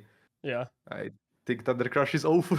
Yeah, I think it's it's been terrible. for a while, but like you're forced to use an exotic for the super to be mid. Yeah. Like back then, like when VoW came out, it harder than a Nighthawk. I'm pretty sure a Nighthawk it's way harder than a Thunder Crush now, without the 18 downsides that Thunder Crush has, Mhm. which Yeah. is awful subclass. You gotta use your body, so you'll probably die. You gotta reposition yourself, so you lose time. It's just, yeah, I don't know. Yeah, it's not The good. only argument I can make for it is like you run an exotic class item on it. You can't run an exotic class item on it. Oh, true. Never mind. Never mind. I don't know why I just thought about that. Oh yeah, because it's not even an option of the super. It's Never not mind. prismatic. Yeah. Like never I'd say mind. it's above Stasis Warlock, but it's still probably C at the moment. Well, the argument I would make, like, I the guess it has official a mid place. off. It has a place in like certain like DSC, I guess, but like that's so insanely niche. It does. Oh, I mean, I thought Atrax. anything has a place in DSC. Yeah, like Atrax is pretty much it. I can't think of anywhere else. You I'd mean use it. Pantheon? Yeah, but literally the only reason for that is because Titans don't have any other burst supers. I mean, that's just because Atrax is a fucking weird crit multiplier. It's like, yeah, I mean, I guess it's one use, but by that logic, it's better to just grapple melee Atrax twice. By that logic, know. by that logic, Parasite is an S tier exotic weapon. S tier super. Yeah. That's fair. I mean, I guess just for the one niche that it does have, I would put it higher than the other, like the other C tier. So it'd be top That's of fair. C. I I don't. think I- it would be low B, but I don't know. I don't think it's better than Stasis Hunter. You don't think so? No. I think of it as just opportunity cost. The only reason I say that is because I you think can it's do bad. everything. You can just do everything on Prismatic Hunter that you could do on. So Stasis are we Hunter. measuring this from an angle of What's how, the likelihood you would actually? Are we measuring use this it from in an this angle of situation? what's better to take into an activity, Stasis Hunter or Arc Titan? Or are we measuring it from is Arc Titan worse than Prismatic Titan versus Stasis Hunter being worse than Prismatic Hunter? Dude, I don't know. There's no perfect science to it. I just think of it as like, 'Cause it's in like- what does it have any niche at all? Is there any use case I would use I that don't know. over something else? It's We're tough. having a mid off. That's what's going on. It is a mid off. I'm This putting is it top C. it's a I'm gonna leave it top generational C. mid off. Dude, it's crazy how far it's fallen because I know in it's previous tier so lists, depressing. it was like low S at minimum. Like it was like one of the go-to burst supers everywhere, and you would just use it constantly. And that was when like Hoyle was at its peak, and GMs would just get absolutely run over by Arc Titan. That was the hard meta. No one uses Arc Titan anymore in GMs. I want to look yeah. at. It's just crazy. I want to look at Arc Hunter. I feel like a lot of people are gonna immediately yell Gifted Conviction, 50% DR, Ascension, Jolt Spam, whatever. Do you even need to be an arc for that? Surely not, right? Well, how are you Because Ascension is on Prismatic Hunter, is it not? right? But I mean, you kind of also really want like Flow State or Tempest Strike. I don't know. I feel because like opportunity cost thing, right? Number one best thing about Arc Hunter is the combination blow loop, and you have a literal better version of that in every way, shape, or form with Prismatic because you go invisible on all of them without having to use an exotic armor piece, which means you can dedicate your exotic armor piece to something that makes ignitions on every single one that doesn't rob you of your DPS buff with the Lyre or Syntho. I think Arc Hunter kind of sucks now, at least just when you like compare it to Prismatic Hunter. Granted that I don't have anything in A and everything for me is in B outside of the C ones. I think Arc Hunter could go to A Really? because it's still better than like an Arc Warlock and a Bubble or like all those things, like easily. Like the subclass is still usable, I think. You have a Yeah. good super at least. Gathering Storm is still good for sure. That's like the Gathering saving is grace of very it. strong. Yeah, Yeah. it's nuts. I'm cool with it because at the end of the day, it's like I think overall it brings more value than like a Void Titan would, For to sure. be honest. yeah. The super is still very strong, especially with like I guess now that I'm thinking about it too, you do still have Lethal Current, which is good for the combination blow loop. Like it's because that also gets buffed by combination blow, so you basically like hit everything twice. It can steal your kills. But yeah, I mean, That is true. It is a little wonky. I don't know though. I feel it's very borderline high B, low A for me. Like I don't. yeah, I like it high B to be honest, because Prismatic Hunter is it does like 90% of what Arc Hunter is the combo blow loop. I just think, dude, Prismatic Hunter just power crept so many of its own subclasses, like worse than some of the other ones did. Should we It's rate? for sure. Should we rate Prismatic Hunter? Is it I'm Is it down the for best in that. the game? Because I know Overall, I do agree with you, probably. Saul. You do not put Prismatic Hunter over Solar Hunter if you're looking at a day one raid angle, but it's definitely better than Solar Hunter if you're looking at a GM angle. Pretty much I mean, any non-day one raid angle, I feel like Prismatic Hunter is better because like on level raid, you don't need the healing grenade. You're not dying. no, I agree. I mean, I still think we also played day one without class items. So overall, I think Prismatic Hunter is the best class in the game. It is way more versatile than Solar is. Like I agree. you can't solo GM on Solar Hunter punching everything that doesn't do anything, right? Like Yeah. they're not that far off in a day one, and Prismatic does do more damage because of courage. And we said that we have the broken like searing fragment, so everything does less damage. Like you just have so many things going for you. I think it's fine to put it as the best class in the game. I'm on board with that. Dude, it's close. Like it's definitely top You are a two. Song of Flame lover, aren't you? Well, I think Warlock just brings so much in so many different areas of the game. Like obviously Nighthawk is insane, so it's like god tier for damage, right? Like nothing can touch a Prismatic Hunter in terms of just raw damage output in raids. But I don't think Hunter touches Warlock or Prismatic Titan in a GM though, to be honest. I do agree. I think Prismatic Warlock and Prismatic Titan both Well, clear Hunter by a wide I don't know if margin, I'd say actually. Titan clears Hunter. I do agree that Prismatic Warlock clears Prismatic Hunter in GMs. I don't know if I'm as on board with the Titan angle on that one. The In a consecration team, thing, maybe. I don't know. Like all I'm saying is I've been running like the consecration spam stuff in like last week in Liminality, that like city room or whatever, like where you have to defend that like darkness statue, and there's like a billion ads everywhere. Dude, Yeah. I like not even trolling. Literally go through that whole thing and play so stupidly aggressive, not caring about anything. Just infinite consecration spam, 90% DR essentially, with everything stacked, killing the whole room, dude. At like will say, 350 kills in a GM, like it's in just fairness, though, insane. I was doing the exact same thing on a Void Hunter with Starvation and Graviton Lance.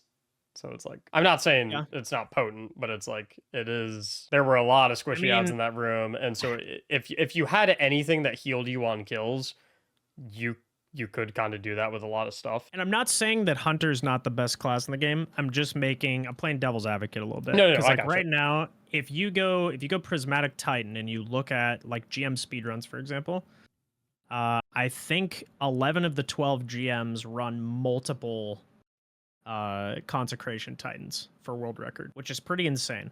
Like I didn't ever think, especially the way people received Prismatic Titan at the beginning. Obviously, it's very niche, and you have a very narrow lens of what's actually good with the subclass because it's literally consecration or nothing. But it's so good at what it does. Whereas, like, I guess like where I'm going with this whole argument is like I think Warlock shines kind of everywhere overall. Like obviously it's not as good for damage, but you have like just crazy super. It's Olympic lineups, right? Like it's like Song of Flame, Devour versus like Nighthawk / Tether, combo blow, loop, grapple grenade. It's like they both have Olympic level rosters, right? I think Hunter's probably the best overall because you can take Prismatic Hunter and go into a solo dungeon and like with the current power creep of you can also do that with Prismatic Warlock though. You can, but I just mean like you have the insane damage in raids. That's a pro. You have the ridiculous solo capability. It's still really strong in GMs. I don't think it's as easy to pull off personally as Warlock or Titan is in terms of like the ultra aggressive, like crazy ad clear stuff. It requires a bit more setup, but that's not necessarily a bad thing either. It's still very, very strong in GMs. So yeah, I think overall it probably is number one. Yeah, I have Hunter over Warlock in mind. I think that's fair. So with that said, do you guys still think normal, Goldie, and Well are both still S+ tier? Or do they need to drop I have Prismatic Warlock as S+, but like the lowest one. I have Well, Goldie, and Prismatic Hunter above it. I have Prismatic Hunter, Prismatic Warlock, Solar Hunter, Solar Warlock. In S+. That's exactly the same order. Yeah. That's the same.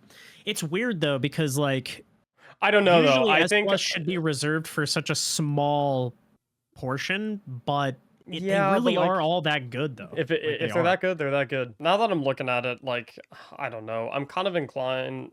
I don't know. No, I like it where it's at. Yeah, let's do Behemoth, and then we'll do Strand Hunter and then Nova. I have literally always, for the entirety of its existence, felt like Behemoth is bottom tier. I just don't. Probably same. I don't see, like I know you can do the super pop and you can one shot Riven, do the Riven cheese or whatever, but it's like the playstyle is so wonky for such mid impact. Yeah. I don't get like why you're ever even considering Stasis Titan over Strand Titan, Solar Titan. Now Prismatic Titan. Like the class has always felt, I don't want to say it's felt like it's had an identity crisis, but it's felt like it's had the opposite of it. It's been hard stuck on this identity of being this like weird memey sliding through walls thing, but it's just that's not, bro. Strongholds with Lament, man. Yeah, but Dude, you can I've run that on comment anything a billion times. You can run that on any crazy, Titan class. You know what's crazy is I have actually reflected back on like the tier list we did 2 years ago. I can't remember the name of the mod, but it was when Elemental Wells, Font of Might, dude. You were like, Behemoth is minimum S tier because of Font of Might. How it's fallen. The meta has changed so much, dude. It's crazy. It was for the wrong reason, but it literally was. It was out of necessity. Yep. What was that? It's just give me a Font of Might when it would give you the Stasis Elemental Wells to damage boost the Strand what is it? The Stasis Linear. Reed's Regret. When that was like the hard meta back in the day, it was the only stackable damage buff, I believe, on top of Well. And it was so easy to proc because you would just throw a Well down and it would just generate 3 of them. So everybody was just running Reeds 24/7. Really? Okay. Yep. Yeah, I feel like right now it's like bottom of C. I mean, I don't know. I don't know if it's more. I don't know what's. I don't want to have another mid off. I like the C tier is all the same for me. For this class, I just don't have like a situation where I'd be like, today I'm gonna run. Yeah, Stasis. Dude, you know what would be nuts for this activity if we pulled up on Stasis Titans? It'd be so also good. There's gonna be comments, bro. You say that, bro, but I do, man, and it fucking it's crazy, bro. Like, trust. Prismatic tends not to have the best fragments from a subclass to not overshadow it, which isn't true for Stasis because it has the one where you get more damage and bigger explosions, right? So like, yep, you do have better Stasis on Prismatic. It's actually true. Yeah. Are you talking about Fissures versus Ruin? Yeah, Ruin. I don't know the names, but yeah, I think so. Yeah. I believe it's Facet of Ruin, yeah. Ruin is the prismatic one. It increases the size and damage of ignitions and shatters. And then I think Fissures is the shatter. Yeah, I don't think it's damage of ignitions, but it should be sides. Huh? I don't think it increases damage of ignitions, only of shatter. Oh, really? You're right. Ignitions are just radius increase. What do we think about Strand Hunter? The other reason you would run it is because of the super. You can run it on Prismatic, so. I mean, I know whirling maelstroms are like super funny. People love that, to be fair. I know. And it is a fun thing to run. No, they're hilarious. But yeah. I don't know. It's not very good. Think it's another C? Okay. Yeah. Okay. Void Warlock is, oh god. It's because like you have the 2 most important parts of Void Warlock on Prismatic, right? You have Feed the Void and you have. Give me 1 sec. I personally, this is mid off again. I think Strand Hunter is probably low B for me. I think it's better than the other options in the C tier. Dude, everybody in chat's like, I think it's A or like high B or whatever, and I'm just like, just because Whirling Maelstrom, you think it's B? Yeah, I can get behind that. It's pretty fun. I think it's B. I don't think it's as bad as Stasis Titan or Stasis Warlock. No, I agree. But would you run a Strand Hunter over a Thunder Crash in a day 1? I don't know. They're both ass. Like I wouldn't run either. Like in a day 1, I wouldn't run either in a day 1, but I would run it in a lot more places. Yeah. I'd run in No, a that's lot more fair. areas than that. Like, I know people were running it in Onslaught, and it was just like crazy. Like, it was really good for like shutting down spawns and stuff. So Yeah, the I don't know. maelstrom's gonna be kind of fire. It's pretty good. I'm fine with B. I'm fine Uh, with B. I think that's fair. okay. Okay, sorry. I need to get that out, dude. It was like it was eating at me. Yeah. Void Warlock. It's just everything that makes Void Warlock specials on Prismatic Warlock. Is there any benefit to the I'm trying base to think. Warlock subclass that Prismatic doesn't Like, provide? the melee is garbage. The only benefit is that you can run persistence. So you get 15 seconds of Devour with 8-second increases, as opposed to being capped at 10 seconds, 5-second increases on Prismatic for Devour. Undermining's not a benefit because you have Facet of Dominance. You still have the weaken. Yeah, you still got the weaken grenades. You have Still the have Nova Nova Bomb. Bomb. You have the good Nova Bomb. You have still have the best grenade as well. Yep. Love Vortex. Yep. That's tough, dude. You still have Devour. Like you have. It's tough because, like, from an opportunity cost perspective, which is what we put Stasis Hunter in C for, like, Void Warlock should also be in C. But where I struggle is I don't think Void Warlock is as bad as Stasis Hunter. So that's, like, the only reason I'm inclined to put it, like, low B. Yeah. Even though it doesn't do anything that can't be done on Prismatic Warlock, it is better than the things that are in C tier, which is why I'm struggling. I think you mainly gotta compare it against like other things. Like I think it's better than Bubble. I think it's even better than Arc Warlock. Like I don't know, Void isn't bad.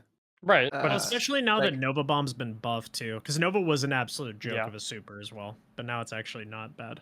Like you're never running it, but if Prismatic didn't exist, like it's still better than Strand Warlock. Like it's still the second best Warlock subclass, I think. right. Yeah, so to clarify, I'm not saying that like I'm contemplating putting it in C because I think it's bad.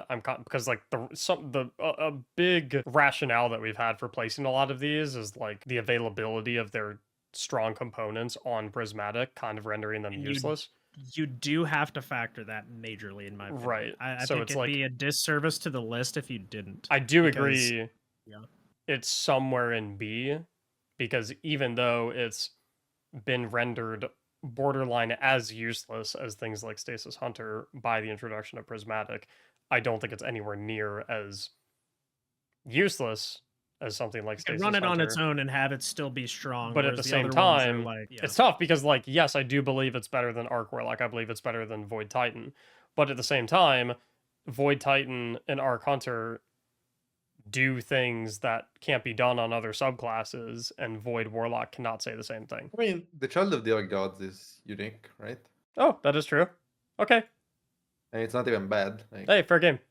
Let's put it above Arc Hunter. That's fair, because, like, I mean, you can make the argument Persistence gives you longer Devour. You can make the argument that it has Child, which Prismatic does not have. there's so many benefits you lose by not being on Prismatic. I it's know. like, you're just kind of tossing if you're not using. I don't know.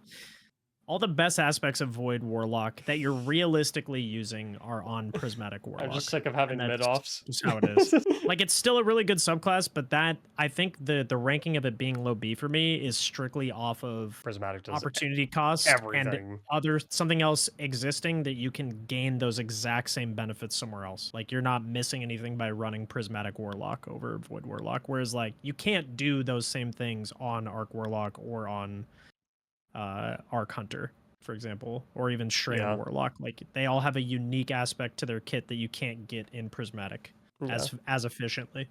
And I feel like this is relevant to, like, this point of the tier list, because I'm having someone saying that, like, we should be tiering these within a vacuum, not based on their comparison to Prismatic, but, like, the reality of the situation is, like, that's not how we make decisions on what subclasses to run when we play Destiny. And for everybody watching, we all had that exact same thought. Like, we're still struggling with it, but like at the end of the day, you have to make that choice when you're using one subclass over the other. Yeah. And when you're using something for an edge case of like, oh, okay, I'm gonna bring a Thunder Crash to Atrax, or I'm gonna bring the Euphony build to a dungeon boss. Like, at least there are use cases for that.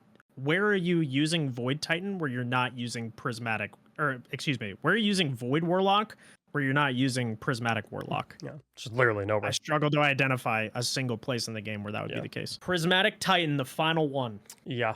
like Made it to the end. I think the list flows. Like, I struggle to put something that's better than something else below just because Prismatic kind of clones it. Right. Like That is a struggle. I tend to make my tier list in a way where if something is better, it's above. If that makes sense, right? Like even if yes, you wouldn't run it over Prismatic, but Which like, I is get the point. But I That's don't why know. that's I why I guess ha- It's it's just really that's tough. different. It's tough. that's why I put Void Warlock in B. Because yes, you would literally never run it because Prismatic exists, but like I'm not going to stick it below subclasses that are that are like objectively worse than it just because Prismatic renders it useless.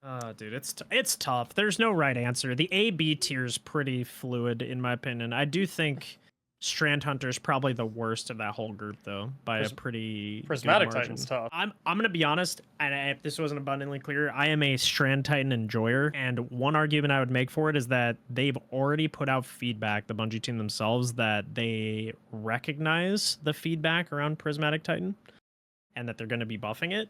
You said you're a Strand Titan. You said you're I mean, a Strand Titan enjoyer. Did you mean Prismatic Titan enjoyer? I am a Prismatic Titan enjoyer. Yeah. And okay. So I guess the whole idea is that it's already in a very confined subset of what's available on Prismatic Titan is very strong. So like obviously everybody defaults to the like triple consecration spam build with Frenzied Blade and all that. Yeah. And in that vacuum, it's very unbelievably strong. It's used in I think 11 of the 12 GM speed world records right now, where they're running multiple of them. The survivability is crazy, the ad clear is crazy, the champ control is crazy. So like in a GM setting, it's very, very good. If you're using it in ad clear encounters for raids, it's very good. I think you have some really strong exotic class items with it, with like Eternal Warrior and Star Eater is like an insanely good combo with the new the Void Axes. I think the Void Axes are solid for raid. Like for very good. I mean, obviously it's not gonna be better than Warlock and Hunter supers, but like no, chucking the axes at like Herald does decent damage, especially with or I guess expanding abyss. We're not putting too much weight on, but it weakens it as well. The weaken, the damage, and Eternal Star Eater is like you get 25% surge on matching weapons, which right now Edge Transit is like an insanely powerful DPS option, so you just get a free 25% buff on that and then can run surges on I'm not as a different thing. Obviously class items are a very hot topic, but I think it has some really good damage niches now. I don't think it's like incredible in DPS situations and raids. You have to have like the perfect setup for it, and you have to have god rolled weapons for it and perfect class item. I think it's insane in GMs. I think it has potential to get better with the buffs that they've acknowledged that, you know, they've heard their feedback around Prismatic Titan being like very melee focused, like every single build is just all melee based. And so I think they're taking that feedback and trying to expand the playstyles a bit. But even still in its niche, it's so strong. I don't dock it for like lacking variety. It's like, yeah, the only angle realistically is Twilight Arsenal, Consecration, Frenzied Blade, Knockout, but it's like that works in pretty much every single setting aside from Witness DPS. I think you could go into a solo dungeon and just absolutely obliterate a solo dungeon on that build. It's S minimum for me. I don't do you think it's S plus enough? No, because of only because it is so narrow in what is strong on it. Right. There's one good build. Because I was curious the other ones, the angle of like if Salt and I weren't here, and you were like, I would not. And I like would not. And like you looked left and you looked right. Are you gonna stick it in S plus and hope no one sees? Or... if it was, it'd be the very bottom. Because I don't think it's as universally good as the other ones. So you were hyping up Solar Titan like a lot. Where do you like rank it amongst Solar and Strand Titan? I mean, I'd probably put it in the middle. I think it's better than Strand. Okay. But below Solar. But again, it's tough because that doesn't apply to GMs, right? Right. But again, if you're telling me like, oh, there is this new dungeon, you don't really know what's coming. You don't know like what to expect. What class will you go in with? And the answer is just Solar, because it doesn't matter what I'm gonna face. It's gonna just work. But Prismatic could just be bad. Not gonna lie, I completely disagree on that. I genuinely think Consecration Titan is so insanely strong. You could go into like contest level stuff and be fine. I'm with. And You can I just mean, hard. I Like, don't just hard, know. like- I mean, I'm not gonna go too much into like the blind solo flawless dungeon angle. Like, I'm more concerned about the rest of the game. And granted, I haven't spent a ton of time on Solar Titan recently, but like, I'm probably going Prismatic Titan over Solar Titan in a lot of pieces of content personally. Same. And I've played it a lot recently. Yeah. Like genuinely, it's been my main. I'm a hunter main, and I have been having like a stupid amount of fun with that build. In I do GMs. It just understand. demolishes it. I do understand and agree with the argument of like Solar Titan being better for like staying alive, just because you got the healing grenade, you got the sunspots. I do agree with that angle, but I don't see how Solar Titan competes with the raw damage output of Prismatic Titan consecration knockout sweeps, especially in like it's the combo especially in of, GMs, right? Like I think GMs are an important part of this conversation. dude, in raids or anything, bro. Like you get intrinsic multiple champion stuns in one kit.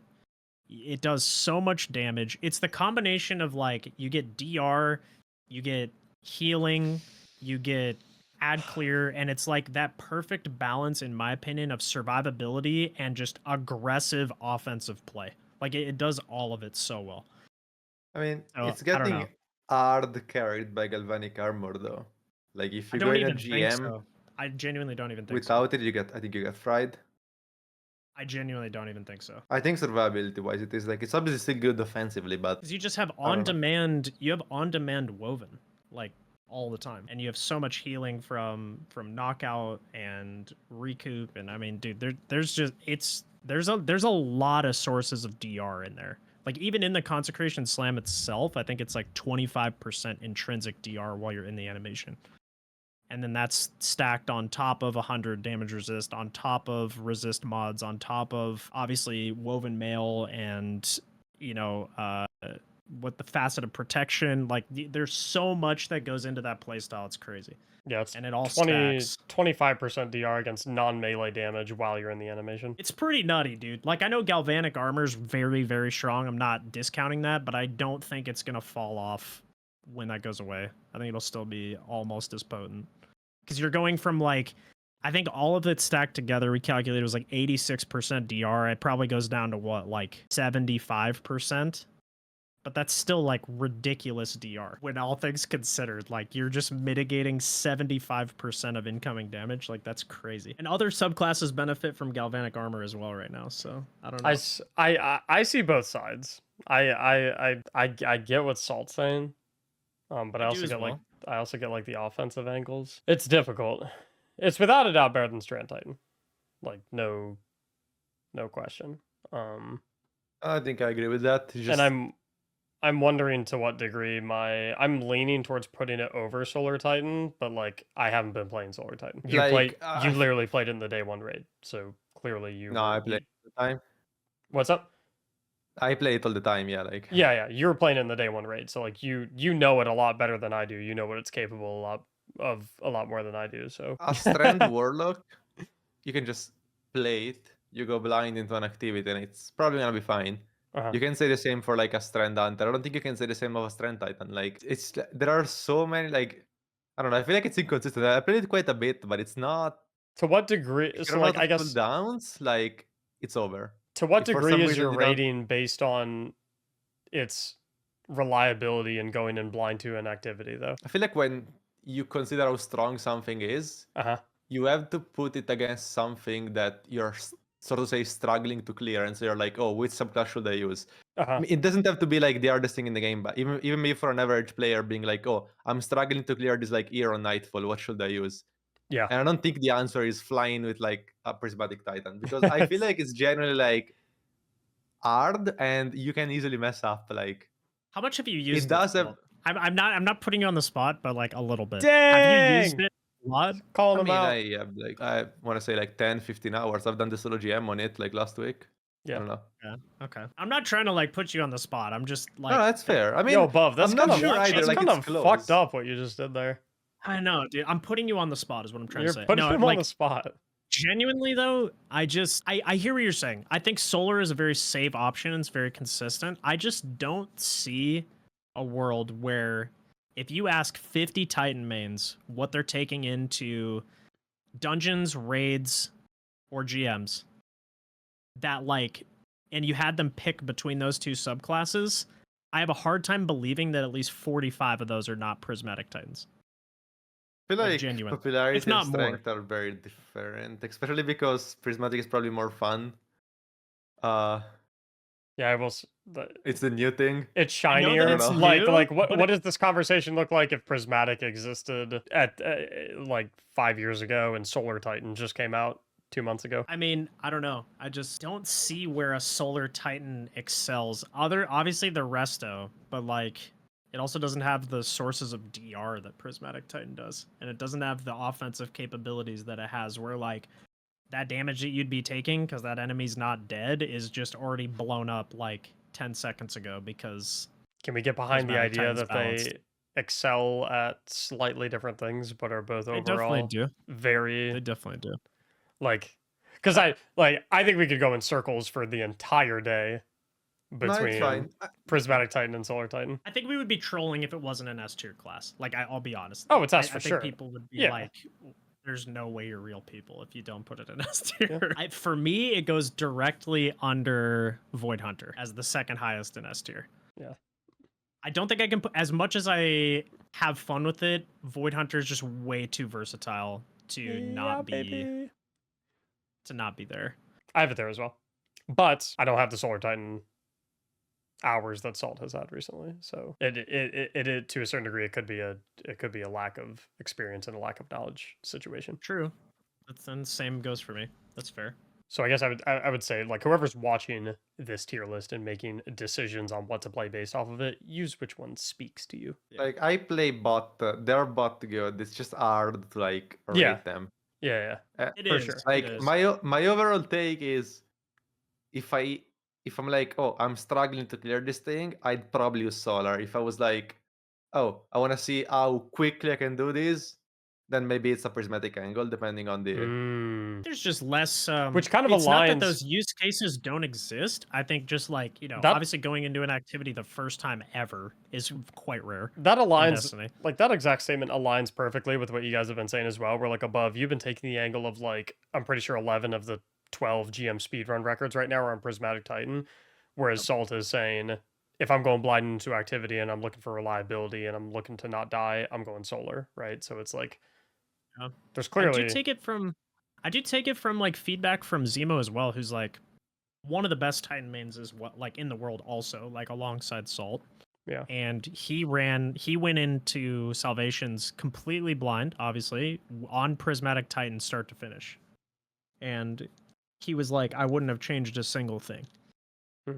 Because you get so many good aspects like from Prismatic that shine in other classes. You get the Shackle Nade, you get the Pulse Nade, you get obviously Consecration, you get Knockout, you have access to Resto, you have access to Woven Mail. Like there's just so many strong capabilities on that class that are just flexible combinations of like what both Banner of War and Hammers do well. And so it's kind of a mixture of those two things.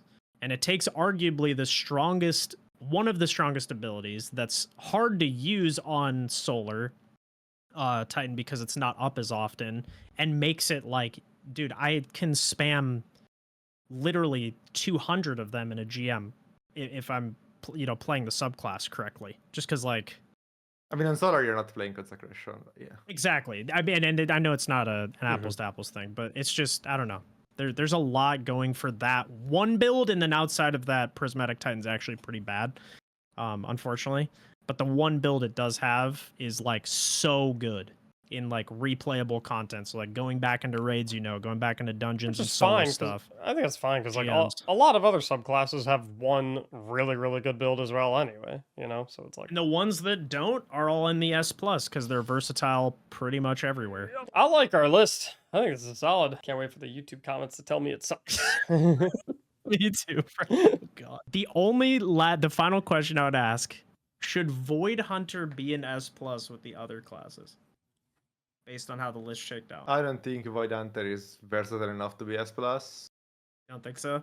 I think a lot Like of it's people just it's be like, very good. I think it's fine to be the top S, but I don't know if it's S plus. I think a lot of people would be like, there's no way well in its current state is better than my Void Hunter.